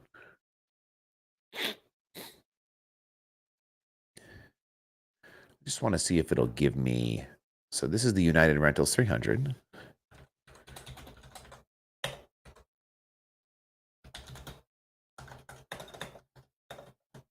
This was a race last year that was painful because it was just a caution.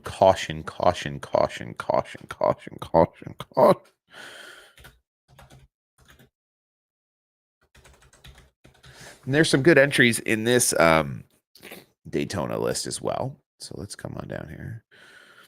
Entry list. Click here to download the PDF. I don't want to download a PDF.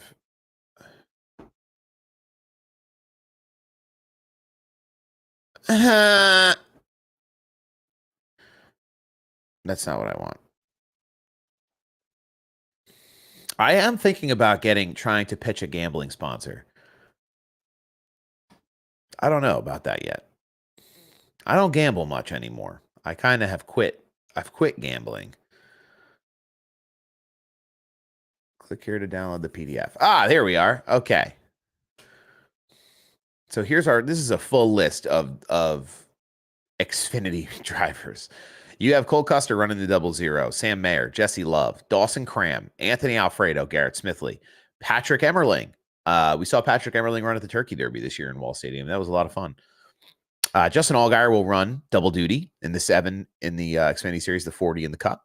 Sammy Smith, Brandon Jones, Daniel Dye, Josh Williams, Daniel Suarez will run in the Wendy's entry for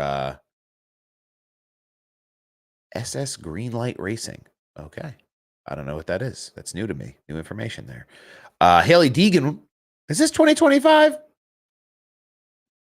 No, this was 2024. Son of a gun. They got me. They got me good.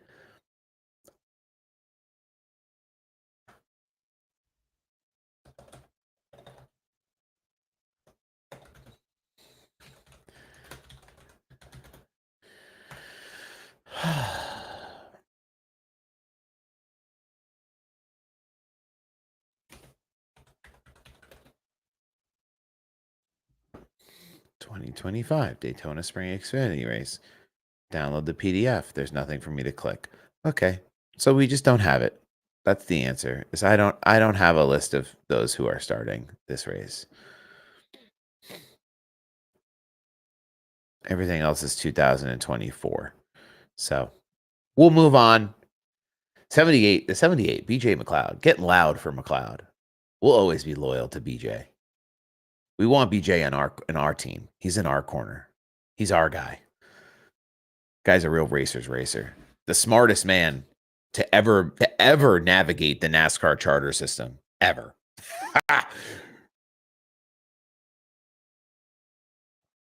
The guy figured it out before it was cool and walked away with a cool bag of cash in his hand. All right. We'll get back to talking about some of the Cup stuff on the 500 side. Brad Keselowski and RFK Racing, right? We talked about the Fords being dominant at Daytona. These are cars that you should expect to see at the front, and we know what happens and how Brad Keselowski makes his way to the front at super speedway races. We know how Brad Keselowski races once he gets to the front at super speedway races, and it is an inevitability. It is not a matter of will Brad Keselowski get to the front. It is a matter of when Brad Keselowski will get to the front. We saw this at Talladega between himself and Michael McDowell, where it was Brad's race to lose, I guess, and McDowell took it away for about half the field. Interesting strategy on that one at the super speedways, but we know those big daddy hacks come in. We know those big daddy blocks from top to bottom are something that's really featured and really predominant at super speedways. And I wouldn't expect you to see anything else. Brad is the one who kind of made famous the slingshot out of turn 4, I feel like, in recent years to get his way to the front at Daytona. So it's fun to watch him race because the strategy he has for super speedway racing, I think he thinks about it more than anyone else. So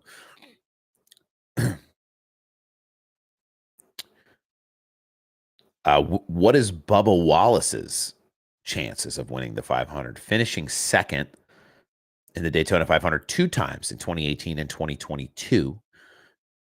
We know Bubba likes a super speedway. Seen him run at Talladega quite a few times. He's always in the mix. Should be interesting to see if with the new team he's with how locked in he's been in the offseason, will there be a chance for the 23 team to win the Daytona 500? I would love to see 23XI win as many races as possible. I think it's hilarious to have them hand them trophies while in a lawsuit with NASCAR. I think that's, it's just the irony is so thick you could cut it with a butter knife. The unique part of Daytona 2 that everyone seems to enjoy, that I certainly enjoyed last year, was the Blue Green Vacations dual races. Those will start on Thursday night, and that'll finalize the lineup. So similar to the heat races, if you're unaware, the duels act in a similar fashion where they will do the duels, and cars that advance or that are open will advance up into the main event. So we saw BJ McLeod really get after it last year at the duels. Denny really helped him kind of keep himself at the front. And BJ was able to hold it out there once he got up there. So a lot of good times at the duels. Don't drink too much if you're going down there. Enjoy the duels. Don't be like Sal. Don't get silly like Sal.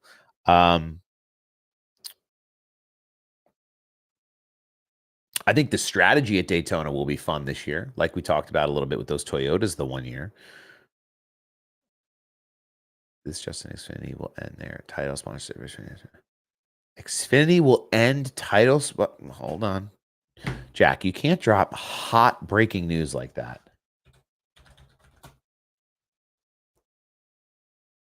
In the chat, because then I have to fact check it, because I can't say that if it's not true, right?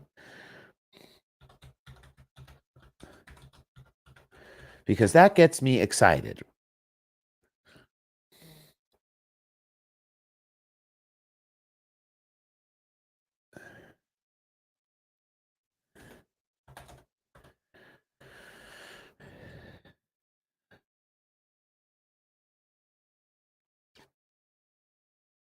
"31 minutes ago. Xfinity extended the title sponsorship for one more year for 2025 to give NASCAR time to find a replacement starting in the 2026 season." Here it is, Sports Business Journal, 30 minutes ago. Breaking news here live on the Splash and Dash Morning Show. Thank you, Jack, so much for flagging this in the chat. I'm glad we had the chance to check it out. Comcast brand will end its title sponsorship of NASCAR's second rung series after 2025, but only while renewing its broader premier partnership of the sanctioning body for multiple years and with fresh strategies. The moves will be announced today, February 4th, and they cap months of negotiations that had been long predicted to end in this result. Xfinity became the title sponsor of the Xfinity Series with the 2015 season when it replaced Nationwide, but that came as part of a stroke of corporate synergy as its sister company, NBC, began airing NASCAR races again, including the Xfinity Series the same year. The deal was valued at roughly $200 million over a decade, between $10 million in annual rights and fees to NASCAR and $10 million in yearly activation commitments. Xfinity has also become a premier partner of NASCAR in 2020 when the racing property ended its title sponsorship system and switched to one more akin to the models used by the NCAA, the IOC, giving Xfinity two separate deals in the sport. Starting in 2025, Nexstar Media's group, the CW, is going to air every Xfinity Series race through 2031. Nonetheless, given the close and high-level ties between NASCAR and Comcast, Xfinity ended the title sponsorship one more year, or extended this title sponsorship one more year to 2025 to give NASCAR time to find a replacement in 2026, while extending their premier partnership status for multiple years. So that seems like a good deal. Where I get it, Comcast is an NBC affiliate where you're going to broadcast our races from our service on our network. We're in. Now the CW is taking over. It's Nexstar Media. It's not Comcast anymore. For those of you who are not familiar with how the way broadcasting goes, everybody is in bed with each other. Every company owns everything. Usually there's like 4 companies that own everything in broadcasting. But that seems to be like what's deterring them is Nexstar is a competitor. They're going to come in and run Xfinity races. But you can't get Xfinity through Nexstar. So that makes sense. Well, NASCAR has moved away from a title sponsorship model for its Top Run Cup Series in favor of the Premier Partnership system. It's set to hit the corporate market starting today to find a replacement for Xfinity and thus expect to keep the title sponsor model for the second-tier series, according to Brian Herbst. Familiar last name. NASCAR's EVP and Chief Media and Revenue Officer. We can get into that one day. All the last names in NASCAR are the same too. We can talk about that sometime. Maybe that'll just be a SlideJobSal stream. We won't drag ATYL through that. The new assets in the renewed Premier Partner term for the Xfinity Series are highlighted by an unprecedented rule change that impacted the field of play in NASCAR. Starting this season in 2025, NASCAR will introduce the Xfinity Fastest Lap, which will award 1 point to the team and driver with the fastest single recorded lap each race across all 3 of NASCAR's national series. The program is similar to the one that was just retired in F1 and is somewhat comparable to the contingency prizes that NASCAR awards. However, the typical contingency programs in NASCAR don't involve giving points out in races, making this asset unique.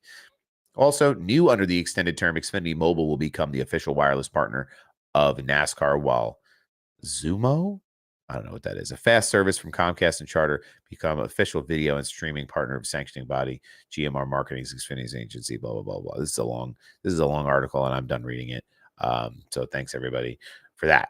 But yeah, that's interesting. Thank you, Jack, for the heads up there. Oh wow, we have 48 people watching the stream. Good morning, everyone. Thanks for stopping in on our breaking news. The Xfinity Series partnership, the Xfinity sponsor will end at the end of this year, 2025. 2026 will bring in new sponsors to the Xfinity Series, title sponsor. God, please light a candle, say a prayer. Bush. Please bring it back. Please. That's all. That's all I want. That's all I want is a Bush series. The Bush series. That's what it should be. Bush light beer. Come on. Anheuser-Busch is invested in NASCAR already enough that, I mean, come on. I'll throw a couple bucks that way. Let's get a Kickstarter going. Kickstarter from the fans to give to the multi-billion-dollar Anheuser-Busch company to sponsor the second tier of NASCAR racing. I would love to see them be able to bring that back. The money they would make in merchandise sales alone on the Busch name being the series, jackets, hats, shirts, just for the series name. This isn't even talking about drivers and the little patches that go on every piece of apparel. And I hope it makes good marketing sense to them. I hope it does, because I know it's going to cost some money, but isn't Anheuser-Busch already like a partner, a premier partner? What is it? Geico? It's like Geico, Coca-Cola, those premier partnerships. I am glad to see Xfinity stick around, though, just in a different capacity. I know sponsorship is hard to come by these days, so it's good to see them evolving their sponsorship rather than just ending it and beginning it.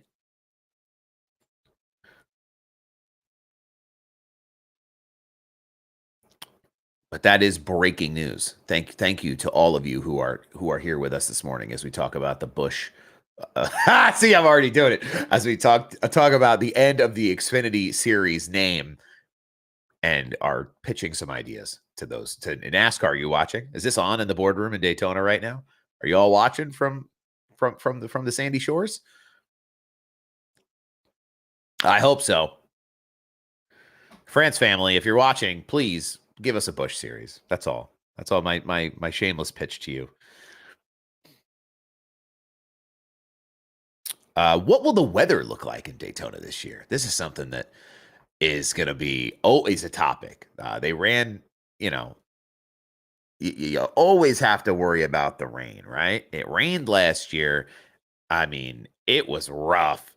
I think it was one of the only races to finish on a Monday in recent memory, but it could impact the track in a lot of ways. Obviously, track temps are one thing, and then rain. Obviously, we're not running in the rain at Daytona. We remember a couple years ago what kind of calamity was caused there. So hopefully the weather holds off and it stays nice. It held off at Bowman Gray. They were calling for a 50% chance of rain that weekend, and it held away. So Mother Nature has been NASCAR's worst enemy over the last couple of years.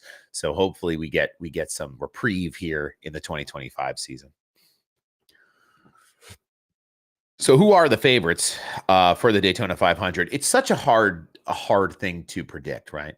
It's so difficult to say who's going to win because really it comes down to the end of the race and who's left. You survive the 500, you survive 450 miles to really push the last 50 miles, right? The last 20 some odd laps. But here's some contenders, right? Denny Hamlin, Joey Logano, Ryan Blaney. No hot takes here. William Byron, and the dark horse is Bubba Wallace, I suppose, because of his his runner-up position in two of those events in 18 and 22. Corey LaJoie is on here as a kind of dark horse contender. I think he could be a contender for sure. He's run at Talladega. He's very aggressive. The way he pushes, he reminds me a lot of Brad. So a lot of big pushes from LaJoie to get to the front. He's not afraid to muscle his way around that place. And Noah Gragson, big risk taker, could surprise people in the 500. Can't wait to watch Cletus McFarland race at the Daytona ARCA race. Yes, we will get a Cletus entered ARCA car. I love that for Cletus. I mean, this is a guy who's been invested in the automotive content game, the racing content game forever.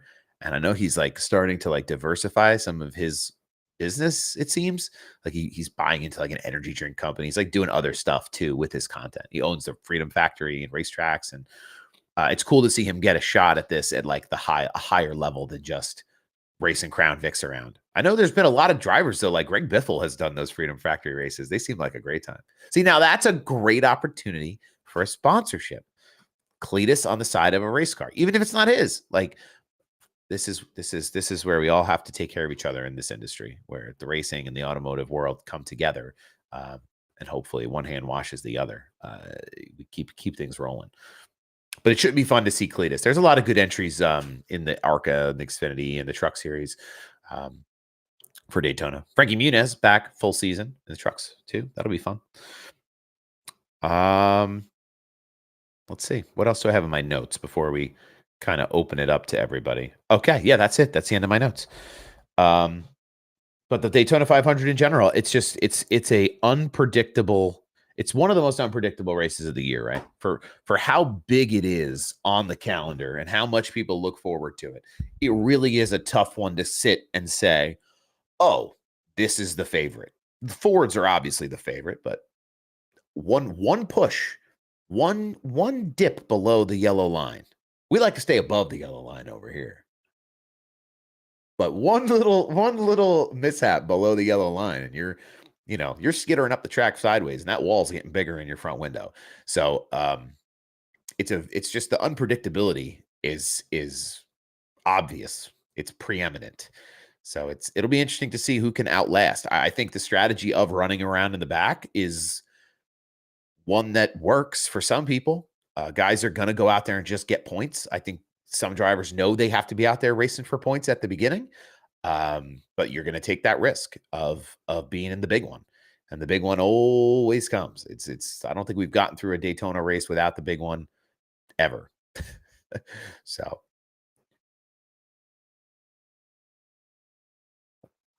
what else? We have about 10 minutes left before we wrap things up for the day. The second episode of the Splash and Dash morning show here on ATYL Media, on the YouTube, on the Twitter, on the SlideJobSal TikTok account. You can find me on TikTok and Instagram too. Shameless plug for myself. We're building quite a little community on Instagram. Everybody talked about like the TikTok stuff for a while and how maybe it wouldn't be here anymore. And we've built quite a community on TikTok that I'm very proud of, and I'm very grateful for. But we're also building a little community on Instagram, and it's very different. It's, well, not very different, but it's a little bit different from what we've done on TikTok, where just attracting new audience in different ways, different audience members. So it's been fun to help to see that page grow a little bit alongside of the ATYL channels. But I'm really looking forward to the 2025 season. I think there's a lot of good content coming from me. I don't know if you'll get as much as you have in the past.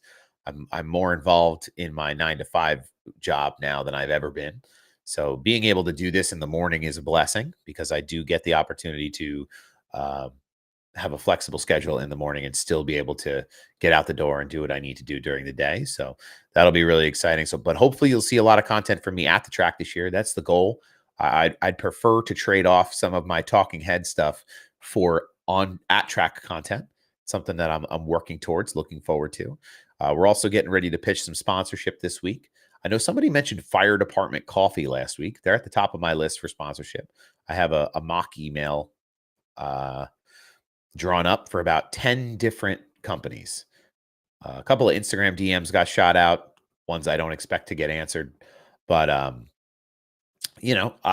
am looking for that support, not even financially, but just to like bolster the legitimacy of the program, where like we're sponsored by bigger brands that kind of want to be a part of what we're doing here. So this is a unique platform in that everyone is very engaged here, and you are part of this this program each and every Tuesday morning, where we kind of sit and chat and talk about all the things that you saw from the weekend, in addition to what I'm going to kind of go over in my show notes. That's what makes it unique. That's what hopefully will make it unique for sponsors. The Slide Job hats, somebody asked about them in my TikTok comments. This is one of one right now, but if I get a couple of people who are interested enough to order a handful, I'd love to do some giveaways or some sell them, or something just to kind of help get them out there if people really want them. I know Jammed wants one. He's been in the TikTok for a long time looking for Slide Job apparel, but got to have a little bit more interest for me to make it worth it in that space. How was everyone's experience on Twitter this morning? Did it work? I've never seen a Twitter live video, to be really honest with you. I know like you can get it at the top of like your spaces. Yeah, look at that.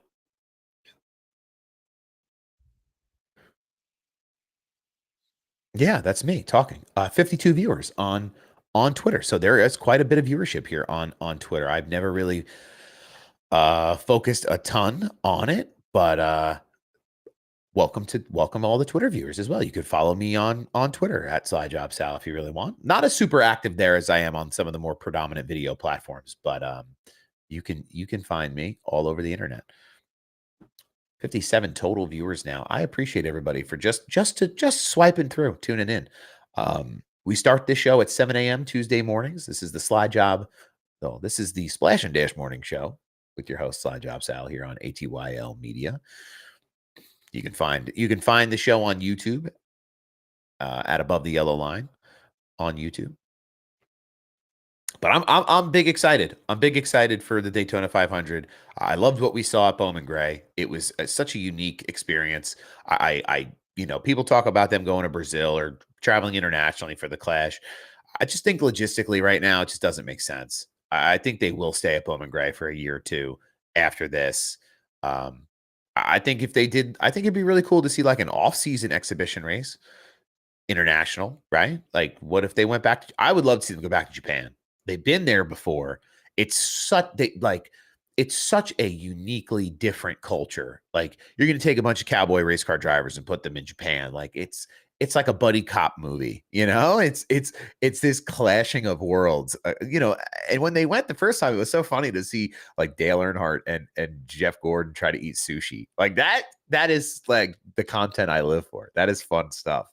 Um, I understand the logistics of moving race cars over an ocean, but I'll tell you what, I get NASCAR isn't maybe the size of F1 from a monetary perspective. The Saudi oil money hasn't quite made its way into NASCAR yet, but if they can do it, we can do it.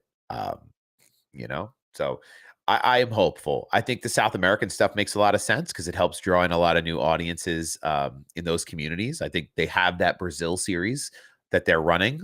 They have the Mexico series. They have the Euro series.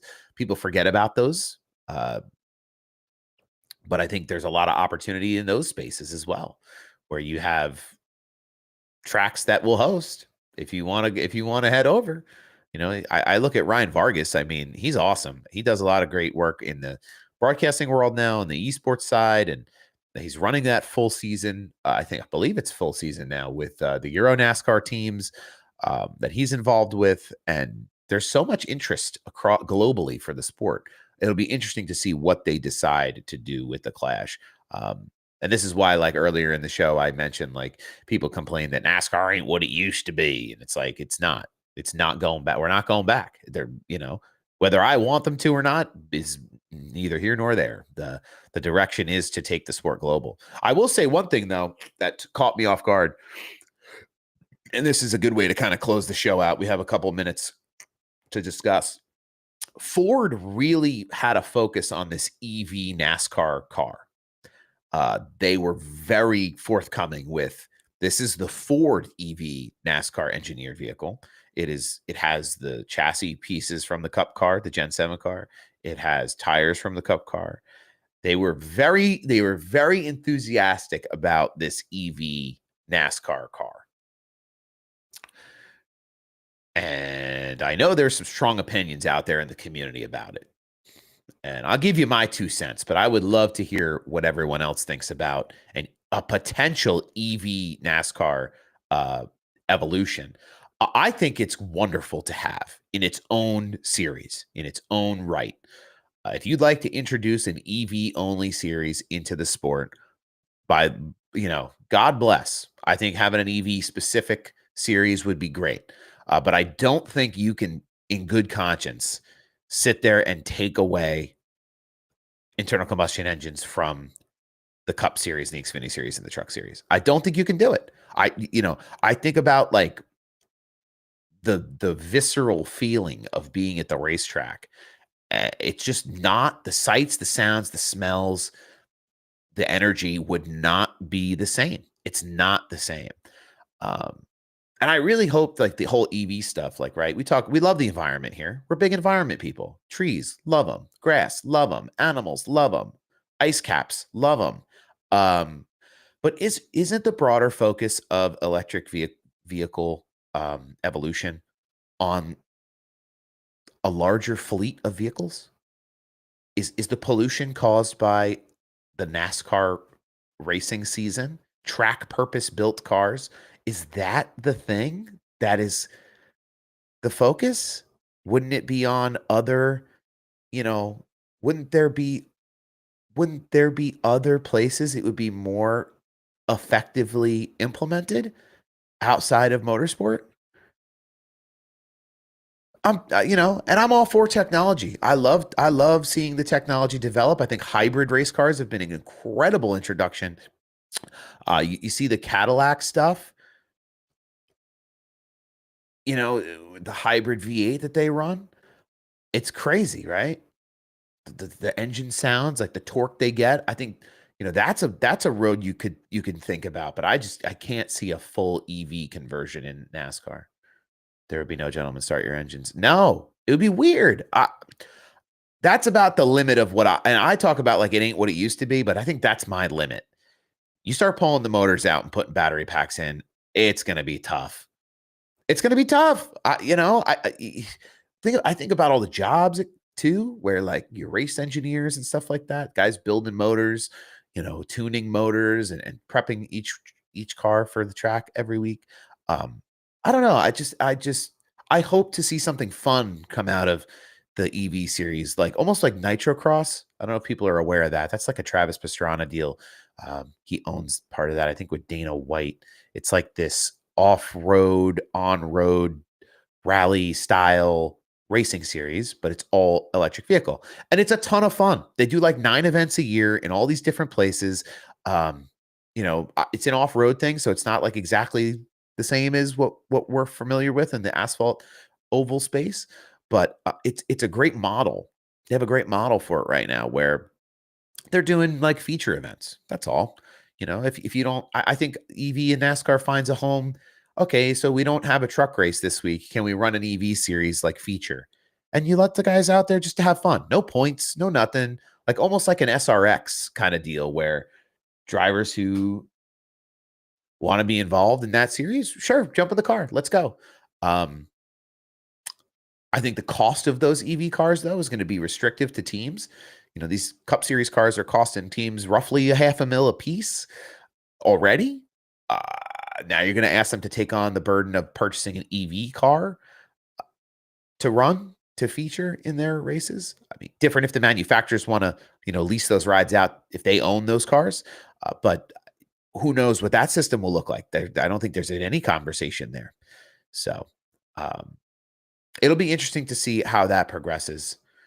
I have a lot of strong feelings about vehicle electrification in general. That's part of what I do for work. It's part of my daily life in my 9 to 5.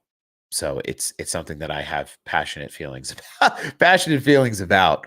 But that is my shtick to you all this morning about NASCAR. Thank you all. It is 9 o'clock here. I appreciate everybody for tuning in. There's just about 60 viewers, 59 viewers according to Restream here this morning. We are cruising at high altitude. I think I had 4 shots of espresso this morning in my coffee cup.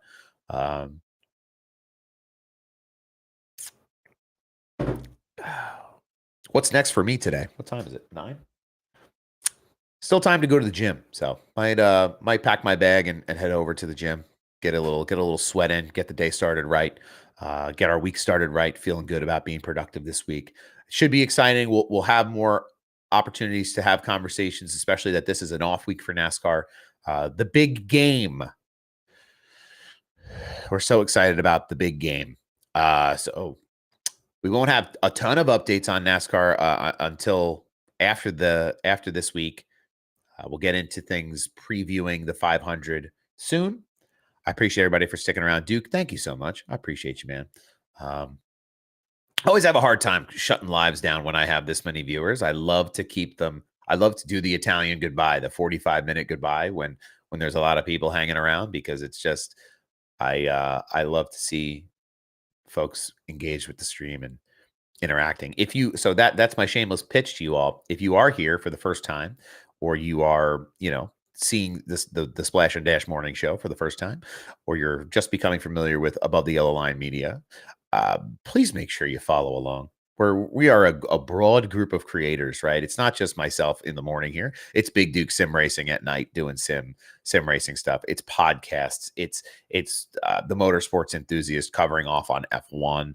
It's late model stock racing. It's Taylor's interviews and live videos and ATYL live. And the best way to do it, there's so many content series now under the ATYL umbrella. This year was the first year that Taylor kind of really brought us all under one roof. And it's been great to collaborate with everyone. You can check out all the shows on the YouTube channel. You can also check out everything Above the Yellow Line on abovetheyellowline.com. There's some good deals on some diecast holders. I might get some for my wall over here. Y'all can't see it, but I have an empty space on my wall under this big poster. And I only have about 75 diecasts just scattered around the house. So I should probably get a couple of holders and stick them to the wall there, and maybe do a little video on them or something. They're one of our partners. You can check out their stands and stuff on on the website. But yeah, we have a gaggle of creators under the ATYL brand. So we are really excited about the 2025 season and bringing some new, fresh perspectives to the NASCAR media world. And hopefully you'll all be here to help support us and engage with us and make this something really special for everybody involved. But oh, I got one more thing to do. I know I'm running over. Taylor, if you're here, I'm sorry, I'm running over. I got one more thing to do. I said I was going to do it last week, and I almost forgot to do it just now. So this is a tradition that I this is a tradition that I started when I used to stream a lot in the morning. Hold on. TikTok, you're going to have to forgive me. It's going to give me a hard time for y'all now.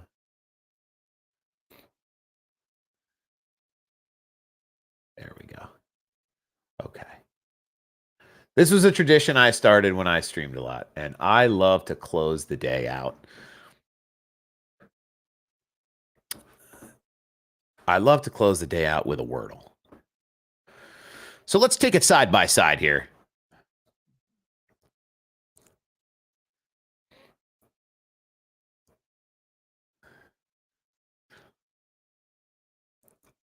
Share the screen.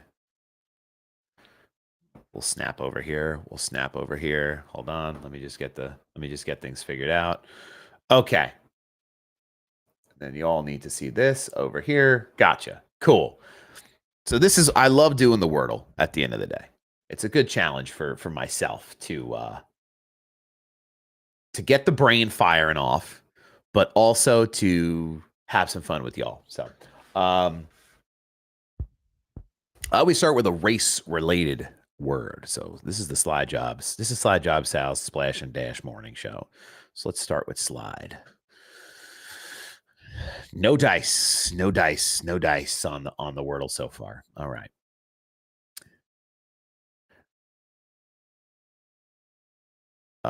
Nope.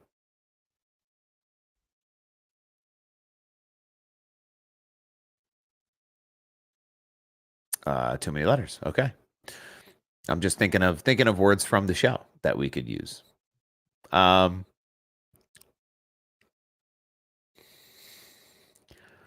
We're happy this morning. Is everybody happy? Let's see if we can get a couple here. Okay. Chat, what do we think? Chat, are we cooked?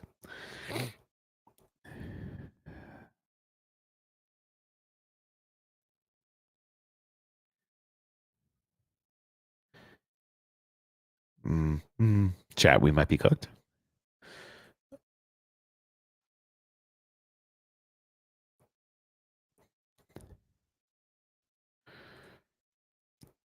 I need like a consonant here in the second space. I need a consonant here. It's not the tur.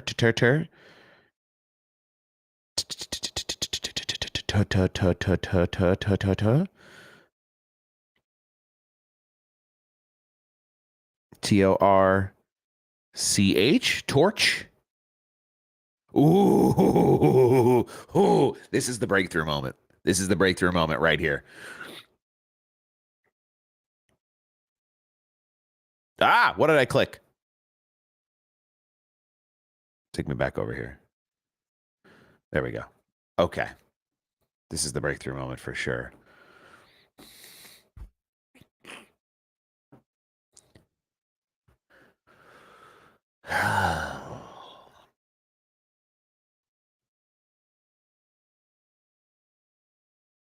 Actually, I got rid of I need the chat back. Can I have the chat back on YouTube? It like makes me so tiny in the corner, but I don't care. Nope, that's not what I want to do. I don't know how to do it. All right.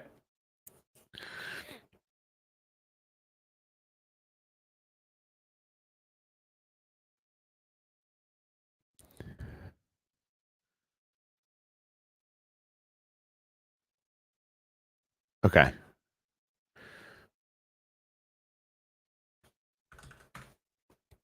I'm just gonna pull the chat up on YouTube. It's giving me a hard time.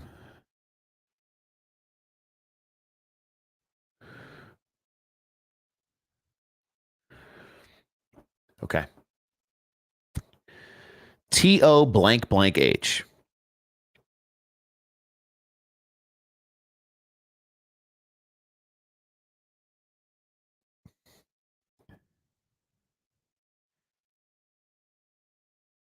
The H at the end is tough, right? Because I'm probably overthinking this in a tremendous way.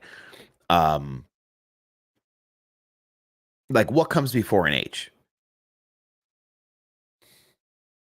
Like CH makes sense. Unless you're going to do another vowel here, right? But we don't have A, E, I. We only have O.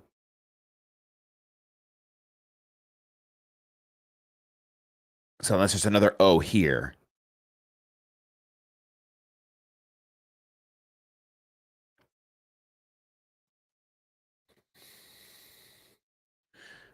And I can't see how you would really feel good about like a GH or a KH or a QH or a WH or any of that nonsense down here, right?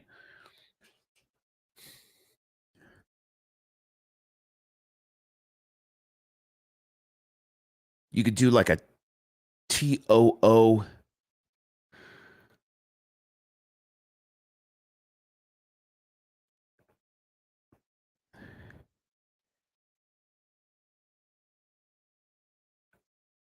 None of this feels good.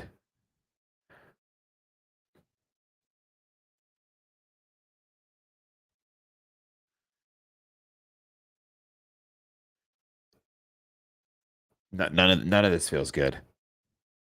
Duke's got it. Yep. Thinking inside the box. Duke, congratulations to Big Duke, everyone. He's got the Wordle for us today. Thank you for helping us secure victory. You are appreciated and loved by the masses. Thank you. Thank you for your kind assistance in this Wordle. I don't know. Sometimes those Wordles, I'll tell you what, they put your brain in just a scramble. It hurts. It hurts sometimes.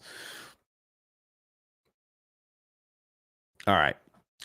That's going to wrap things up for me, everybody. I appreciate everyone who tuned in for my a little bit extended SlideJobSal Splash and Dash Morning Show here on the Above the Yellow Line Media YouTube channel, Above the Yellow Line on YouTube, across social media. You can find me, SlideJobSal, on Twitter, TikTok, Instagram. Those are the main places. We do lives, we do racing, we do all kinds of things. We talk dirt tracks, we talk regular tracks, we talk whatever you want to talk, we talk. If I don't know something, we're gonna learn it together. So it's been a really great experience. This is week 2. We're getting through it. I wish I could sit here all day and chop it up and do some different things. Imagine we just launched the morning show like right into like a 2-hour racing stream. That would be great. Maybe someday. But I appreciate everybody for stopping in. Again, follow us on social.